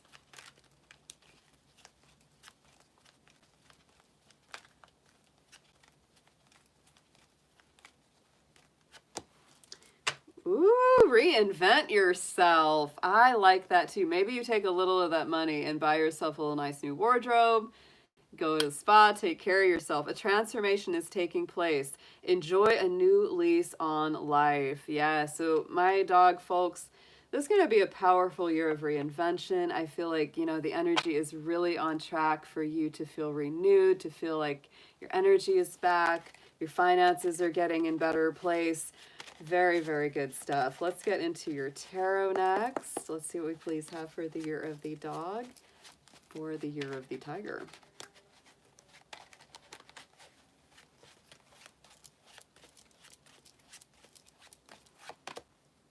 Wow, strong stuff coming out straight out, and your own energy too. Your own energy. Look at that. So we have the first card is the Queen of Swords, Libra energy, which to me ties right into that dog energy, and she is one tough customer.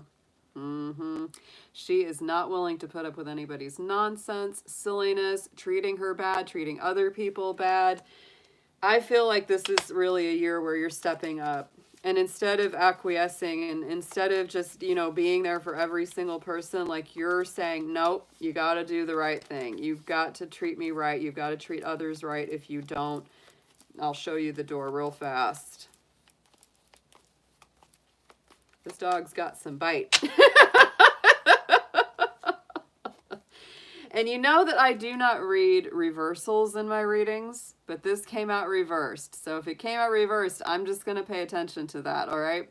The Four of Swords reversed on the Queen of Swords, to me, feels like you're coming out of hibernation. You know, you might have taken some downtime, you might have taken some rest, and now you're feeling very active about cutting anything negative or damaging out of your life. You're really coming into an active phase of your life here with the dog. It's like you're waking up. That's what that feels like. Right in the center, the Ace of Swords. So again, more swords, more air energy. This is victory, success, clarity, finally cutting through all the things that have been confusing, difficult, or have held you back. You're finally feeling like, yeah, I know where I'm going at long last. And that's right in the center of your year. So as you go forward into the, you know, getting further into the year, you may feel like, yes, stepping down, putting my foot down. Spirit is protecting you, because the Ace of Swords is the hand of Spirit coming in to grant you clarity, to grant you success. Look at that. Oh, I love this reading. For the World card on top of the Ace. And oh, this is like a complete karmic cycle coming through for you, for the dog. Oh my goodness. This just feels beautiful. It's like finally you've come to the end of some difficult cycle. Some kind of contract, some kind of obligation has been completed.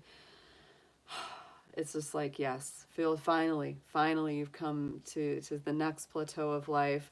I don't doubt that there's going to be some tussle energy. There's this Five of Wands, and you may be experiencing a bit of friction towards the end of the year, because you're going to be doing a lot of self-reinvention. You're going to be doing a lot of inner work. And I think that you're going to be putting your new found boundaries into practice. And there may be people from the past that pop up like, hey there, dog, aren't we still friends? And you're just like, no, we're not. You know, they might be saying, hey, can you lend me something? Can you do something for me? And you're like, no, I can't, because you haven't treated me right in the past, and I'm putting my foot down now. Yeah, you're done with it. You're done with it with the Four of Cups. It's like, I waited around for you for months or years, and you never showed up. So I took the better opportunity over here. Yeah, anybody that hasn't treated you right, they're going to get your bark. On the bottom, we have the Judgment card, second chances, new beginnings, Phoenix from the ashes, absolute huge transformation. Queen of Swords here again. She came up twice in your reading for the dog. Powerful Libra energy. No, your personal boundaries are at an all-time high in this year of the tiger.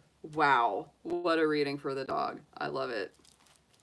I love it because I have so many dogs in my life that I'm like, y'all, go. I feel good for you. Let's get into an affirmation, please, Spirit, for our dog folks in this year of the tiger, please.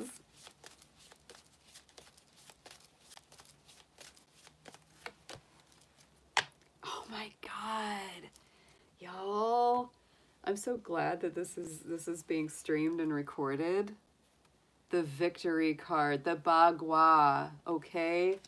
The Bagua is this 8-sided directions.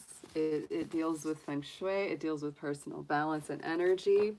When I see this, this actually makes me think of the world card, right? Because it's like it even has a similar feeling. It's that circle. And it also makes me think of this Ace of Swords because it's all about that victory, completion, clarity. Congratulations on your victory. You have pursued a goal to fruition.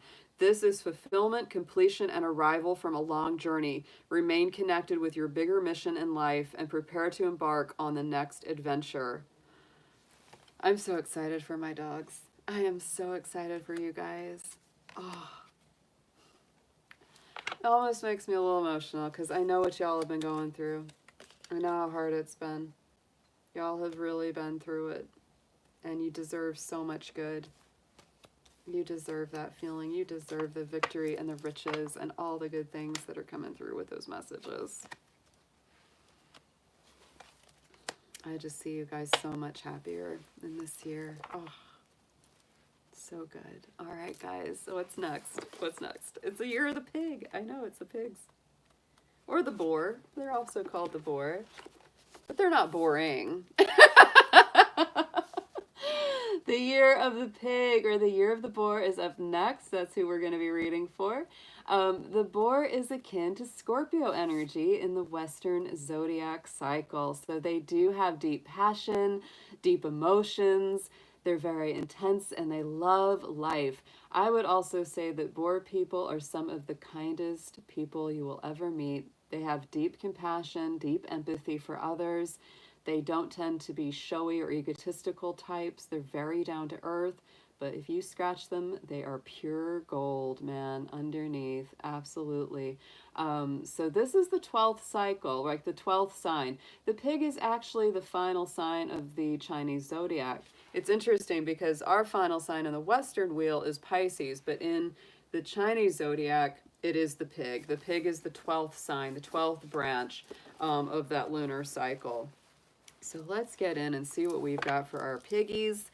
Pigs are good luck. They are such a good luck sign in my opinion. And I would say that they may face some challenges during, this year of the tiger, because the tiger is like Aquarius energy, the pig is like Scorpio energy, and those two signs tend to square each other. They can be a little bit challenged, a little bit friction that comes from those. But I will say that it's also a year that really gets you moving and it gets you motivated. Like I would say that last year for me was a square because I'm a dragon. And the ox here is like Capricorn energy, dragons like Aries, so it does square. I got a lot done though. Like even though there were some definite challenges, there were definite things that brought friction, but it also brought motivation to get a lot of things done. So it wasn't bad, right? It was not bad at all. It was actually quite positive. So let's get into your reading for my pigs, for my boars. Let's see how you will fare in the year of the water tiger. Dear Spirit, let's see how our pigs are doing this year, please.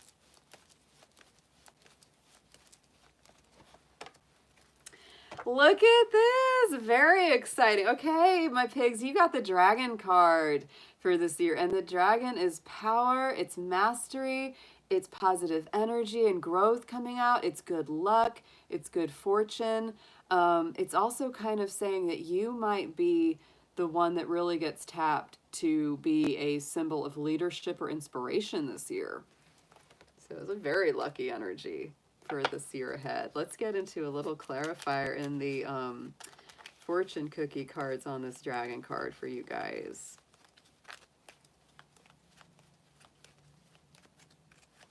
It's a lot of power. Yeah, major life change. And some of that major life change may be you, going from being more in the background to being more at the forefront in your life. Time is right for major life changes as a new lifestyle or location brings great joy and a trouble-free existence. Ooh, I like it. This could really be my pig folks really stepping up into places of power and leadership. That's a big shift. Let's get into your tarot, guys. Let's see what the pig year has going on.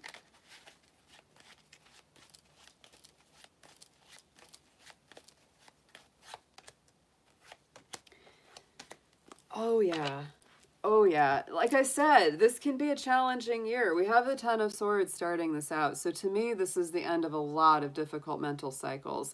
You may have had a lot of things worrying you, a lot of things getting to you, especially this past year. And I feel that this is a time where it's really come full circle, and it's time to let those big worries, fears, and, anxieties go. And we have the Seven of Wands here on top of this. So a lot of it does have to do with you stepping up and being very assertive about what's right for you. This is a card of courage. It's a card of, defining your boundaries, putting your foot down and saying enough is enough. I'm not going to let somebody, detract me from what I know is really right for me. It is also saying you don't have to argue everything, right? If somebody wants to get into something with you and there's no reason, no point for it, it's not going to turn out well. You don't have to fight that battle, right? It's picking and choosing your battles wisely. In the center, we have the Eight of Swords, also a challenging card. It's all swords. It's all swords, these three main cards. And so that's why I can see there's definitely challenge. I think the biggest challenge for the pig year folks is that you've got to free yourself from negative self-examination, right? When you're putting yourself down or telling yourself you're not good enough, telling yourself you can't do it, all those kind of things, those self-limitations that we place on yourself. It's very much time for you to break free from that. The Eight of Swords is all about those self-imposed mental prisons when we just get into a bad rut of telling ourselves negative things. So that is very, very important to not fall into that trap. And if you are in that trap, to get yourself back out. No one can do it for you with the Eight of Swords. That is your own stuff that you've got to sort out. Positive affirmations, positive, growth is very important with this. So Nine of Swords, it's definitely a struggle. It's definitely a struggle. And I feel like you kind of finally have to face it with this card. The Nine of Swords, Nine of Wands is, again, a very strong card of courage, bravery, fighting for what is important to you. And your own mental state of being, your own mental well-being and health is the most important thing with these energies. And the third card, Five of Swords, right? These are tough, guys. This is a tough year for my little pigs. It's not all bad, but this is some real stuff that you've got to release. Some real stuff that needs to be worked through. And it will take some courage and personal bravery. The Five of Swords to me is always that kind of negative energy. Negative people, narcissist energy thieves around you that may, be willing to step on others to get what they want. They don't mind, being kind of sneaky. And so this is also saying beware of those kind of people in your circle, and also do not fall into their habits. They might, they might try to pull you into that. And it might seem really simple at first, but then it gets deeper and deeper. They might be like, oh yeah, cut corners here, do this, do that. And it might not feel quite right. And it might be tempting, right? But you're kind of like, you got to avoid that, because these are the kind of folks that'll pull you into that mess and then leave you holding the bag. That's that.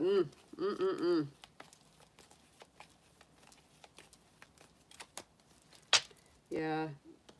Lean on the divine. Lean on the divine. Absolutely, with the Page of Cups. If it doesn't feel right in your soul and your heart, then it isn't right, right? And I would say that it's important to be very intuitive about what comes across, what comes your way. On the bottom, we do have the Ace of Coins, the Ace of Pentacles. So to me, this is a lot of prosperity and abundance. This can be a very, very positive year, but you have got to release yourself from some negative people, negative old cycles, and potential negative thoughts. If you're telling yourself, you know, bad things about yourself, or you're not encouraging your own self-esteem and confidence.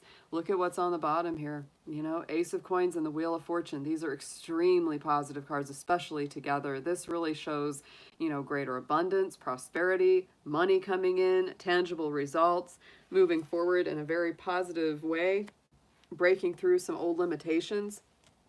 This can be one of the make or break kind of years for my pigs, where it's like you really overcome some big challenges, some big hurdles. Like it said, major life change, right? And a major life change could be stepping away from worries, anxieties, doubts, and self-fears, and going towards something so much more positive. And instead of not believing you can do it, believing you can do it, right?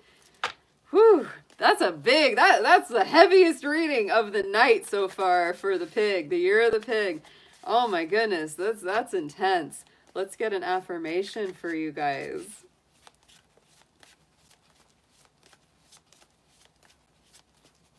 But the pig is very transformative. Yeah, look at this. New journey, fire element. You're on a new journey. You're on a new direction, new path. You have known of this new adventure for some time, and you've been preparing for it. Resonate with your calling and move forward without looking back. Your courage and determination will be celebrated. There it is. Courage and determination right here. 7 and 9 of Swords. This is overcoming some old cycles, some old habits. Really healing and transforming from it. You got that dragon card. That's a powerful card. That's kind of the most powerful card in that deck. Yeah, I know, Gwen. Whew.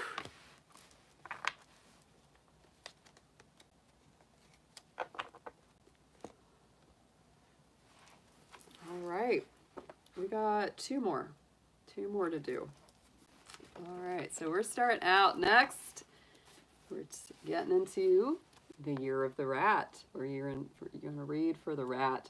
The rat is the first branch of the lunar cycle, actually. That is considered the first sign in the Chinese cycle, and it is akin to Sagittarius energy.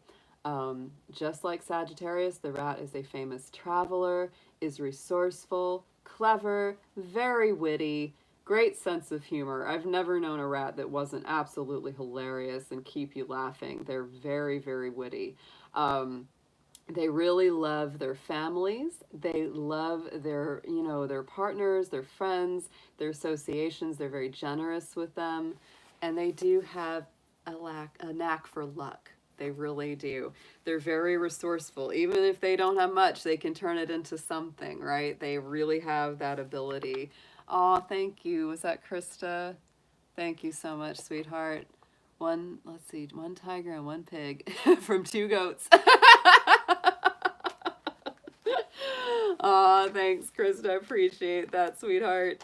All right, so let's see how the rat year. I think the rat's going to do great in the year of the tiger.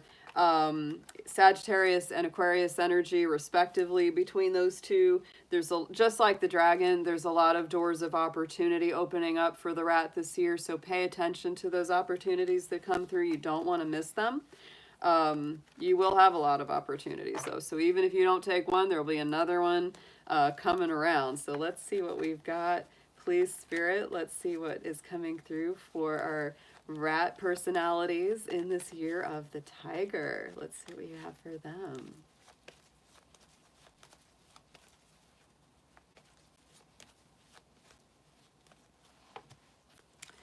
Yeah, new beginnings. And it's the number 1, which I actually love for the rat because, like we said, you are the number 1 in the cycle. And so I feel like, you know, that energy of initiation, fresh new beginnings, and adventures is very on par for your personal energy and vibration. Let's get into a little clarifying card from our fortune cookie deck. Let's get a little bit more of a message about that new beginning card.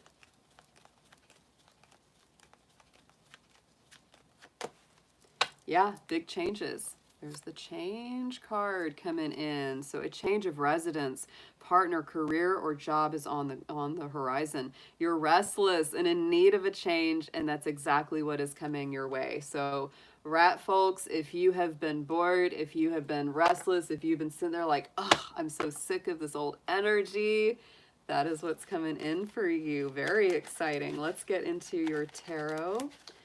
Please show us what we have for this year of the rat, for the year of the tiger. Let's see what they are expecting here in their messages.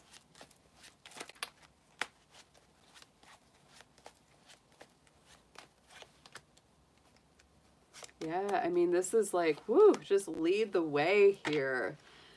For you guys. We're starting out with the Emperor card. So yeah, strong Aries energy, leadership, fire, passion, being the inspirational figure, the one that takes responsibility to motivate and lead the group forward.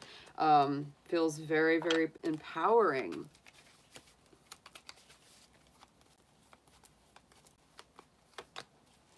Eight of Swords. So I feel like this is something that you may be breaking through and breaking free of. The Eight of Swords. This is those self-imposed prisons. You know, telling yourself you're not good enough, telling yourself you can't do it or make it, and believing it, right? So this is really breaking free of those kind of negative thoughts about yourself or beliefs. It's time to really embrace yourself and your self-worth. Believe in your greatness. Believe that you can be this leader, right? If you have any doubts about it, for my rats out there, you can absolutely be that leader. The Emperor is all the kings combined, right? So you really do have the ability to be a very inspirational and great figure, you know, to help lead yourself and others to a better place. Right in the center, this may be something you deal with a little bit more in the center of the year. This is the Temperance card, so it is about moderation. Don't push it too hard for my rats this year of the tiger. It's very important to moderate your energy. Don't push it too hard to the point that you're burned out or just exhausted. Keep it in balance. This is your own energy as well, Sagittarius, right? And the rat is akin to Sagittarius in the Western cycle. So to me, that is also bringing in your own personal power.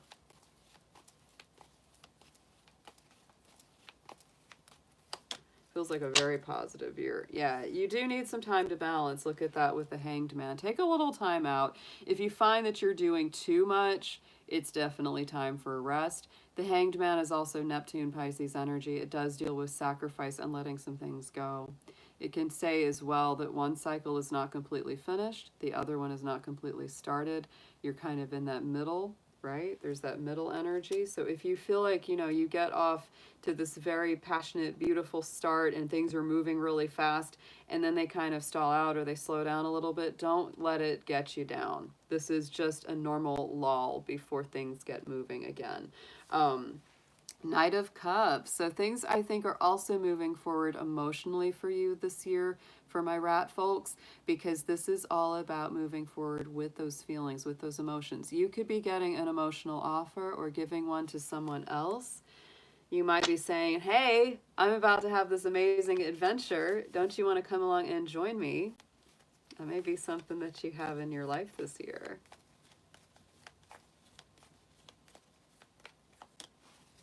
Yeah, it feels like brand new beginnings.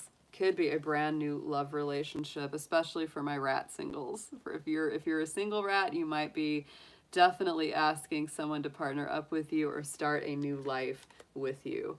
On the bottom, another big power card for you is the Wheel of Fortune. So I feel like things are really breaking out of being stagnant. The wheel is turning in your favor. Things are moving finally after, you know, maybe some real slow energy. We also have the Nine of Pentacles on the bottom. So this is a great year for the rat. I feel it. There's going to be a lot of opportunities, a lot of breakthroughs. It's just very important. The only real challenges are sometimes things might be moving a little slower. So just go with the flow. When they're moving slower, don't let it get you down. And that Eight of Swords is very important. Don't put yourself down. Don't tell yourself you can't do it, because you absolutely can. Let's get into an affirmation, please.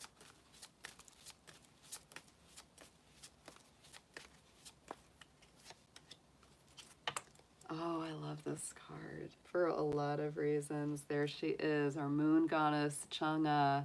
And she famously lives on the moon, and she has the jade rabbit who mixes the elixir of immortality.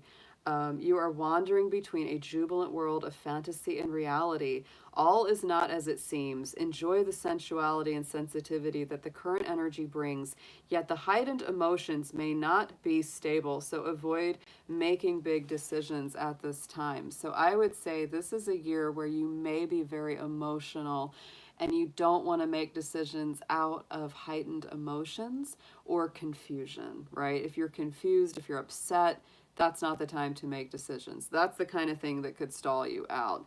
This also very much feels connected to the moon card in the tarot, and the moon can be confusion, right? When those emotions are running high. So I would say that as a caution to the rat year, that I would make sure do not make decisions out of stress or duress, right? It's important to make decisions when you're clear-minded and you feel like you can really see clearly. Yeah. All right. All right, guys, we are on to our last reading of the night. Very exciting. This has been a wonderful night. Thank you so much for being here with me, guys. I've really enjoyed it. We only get to do this once a year. We really should check in more than just this with the Chinese signs, because I really do love teaching and talking about the Chinese lunar astrology. Our last sign of the night is going to be the ox. This is the year that is passing away. This is our closing year. The year of the ox is similar to Capricorn energy, and they are very similar to Capricorns. They're slow and steady wins the race. They're wise. They have longevity. Things done in the year of the ox tend to be very long-lasting and durable. So it is a great year and a great personality for getting things done and making, things last for the long haul. So this is going to be how you fare in the year of the tiger for the ox, folks. You've already come full circle with your Jupiter return and your lunar return year last year. So I feel like you might be due a little vacation or some kind of break here. You've been putting in a lot of effort and energy. So let's see what we've got. Please, Spirit, let's see what we have for our ox personalities in this year of the tiger, 2022. Let's see what we have coming up for them. Anything that they need to know for their highest and best, please. Ooh, children. Children coming into the picture. Whether you have children in your life or whether you, maybe want to have children, maybe you're dealing with someone else's. On the bottom of the deck was also the proposal. Oh my goodness, my ox here, folks. You could be dealing with kids, with proposals, marriages, new growth, new birth. That sounds like a pretty exciting year. For those of you who don't have human children, this may involve bringing a new pet into your home, into your family. That could be real important. I know that my little bunnies are my little furry children. They really are. I love them. That could be part of it too. And I'm going to pull a little fortune cookie card. We're going to clarify these cards with a second message. What can you tell me about these energies coming through? Romance. Oh my goodness. The year of the ox, you are going to have a very passionate year. Love is set to sizzle. The chance for romance is high for those seeking a connection. The other thing I'm going to say about these two cards, this is the number 6. This is a 2 and a 4 that adds up to a 6. And 6 is very much a number of relationships and love. So ox year folks, and also maybe some of my Capricorn folks, you got a lot of love energy around you. A lot of love energy in this year of the tiger. My goodness. It's like maybe you were just working last year. Now it's time for a little love. Let's get into our tarot. Let's see what we have for the year of the ox in this tiger year. What can you expect as some major themes going on?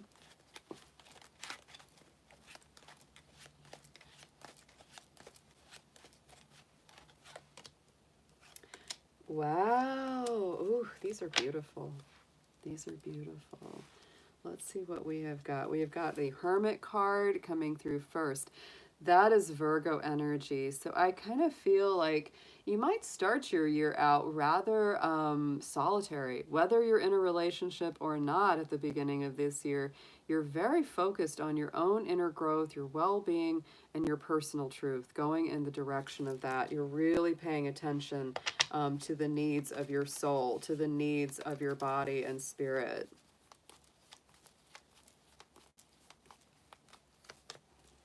Yeah, Queen of Pentacles. You're really focused on that, right?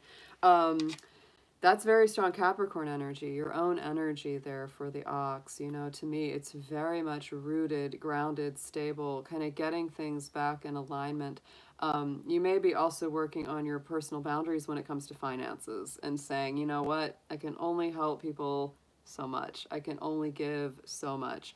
I've got to do what's right for me. I've got to really ground myself as this new year starts. Right in the center, there's a lot of lunar energy here.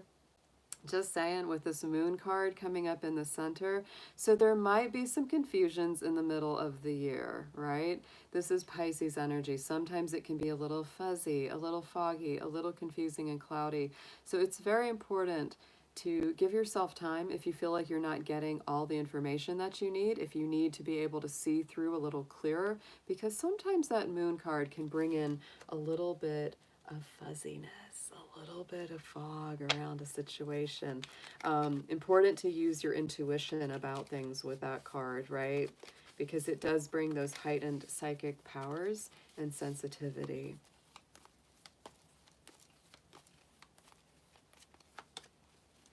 And yes, look at this, more Capricorn energy. This is perfect for ox personalities because to me, this is all about balance. This is all about balance.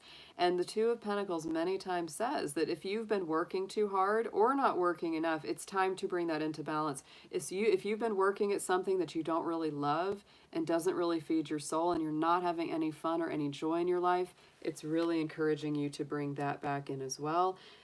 Clarifying the moon card, I would say it's very much about balancing your emotional state as well, right? And balancing that sense of confusion or not always knowing which direction to take. Give yourself a little time to balance this out. As we come into the end of this year, the Two of Swords is very strong about making some strong decisions, some clear decisions. You may experience a little bit of confusion. You know, not gonna lie, through the middle of that year, you might really feel like you've really got to sort some things out that have not been the most easy to understand. But I feel like by the end of the year, you're ready to make this decision. You're ready to put, you know, that into action. This is Libra energy, so it brings things back into balance. You know, my advice on this would be to not procrastinate too much about things. You know, don't overthink, don't over worry it. Let's get into a clarifier for the Two of Swords, please. The Page of Swords. So new information, new thoughts and ideas. I would say that part of your procrastination is because you've been getting a lot of information, a lot of messages from different sources. And so what you need to do is clarify which of those sources are trustworthy, what information is worth acting on, right? Because if it's not from a good source, then you don't want to act on it. On the bottom, we have the 10 of Wands. So I do feel that in some way there is some kind of heavy or burdensome cycle coming full circle this year. This is going to be a time where anything that's really been weighing heavy on your mind, heavy on your heart, finally gets relieved. And look at that. It might be something to do with heartbreak. That's why maybe these romance cards, these proposal cards are coming through, because there could have been something very heartbreaking, something very tragic. There could have been some kind of betrayal that you've been working through. And this 10 of Wands, clarified by the 3 of Swords, is saying that finally this heaviness, this heartbreak comes to a completion, comes to the end of a cycle, so that you can have new love, so that you can have a relationship that is positive, that is bringing you happiness instead of pain and confusion. But it is a very important year of taking good care of yourself and really defining your personal boundaries in life. Let's get into an affirmation card, please, for the ox.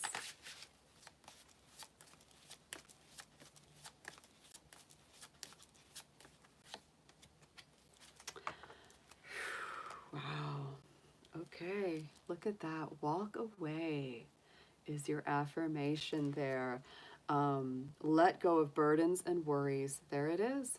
Surrender the ego and walk away. Feel the freedom and enlightenment as you rise above petty matters. Follow your inner quest and luxuriate in well-deserved peace of mind. Oh, so yes, this year the ox, walking away from something very heavy, something that's been very difficult, but feeling just the exhilaration of letting that go, because I feel like what's around the corner for you could really be, you know, new love, better new associations with your children. It could be new pets or something new to take care of in your life, and romance being very, very fulfilling and passionate this year. It's like there's all this good stuff behind that door, but you just have to be willing to walk away from it. If there's been somebody or something in your life that has just either hurt you or has been ongoingly hurtful, it's time to let go of it for your own peace of mind and your own well-being. Beautiful readings, guys.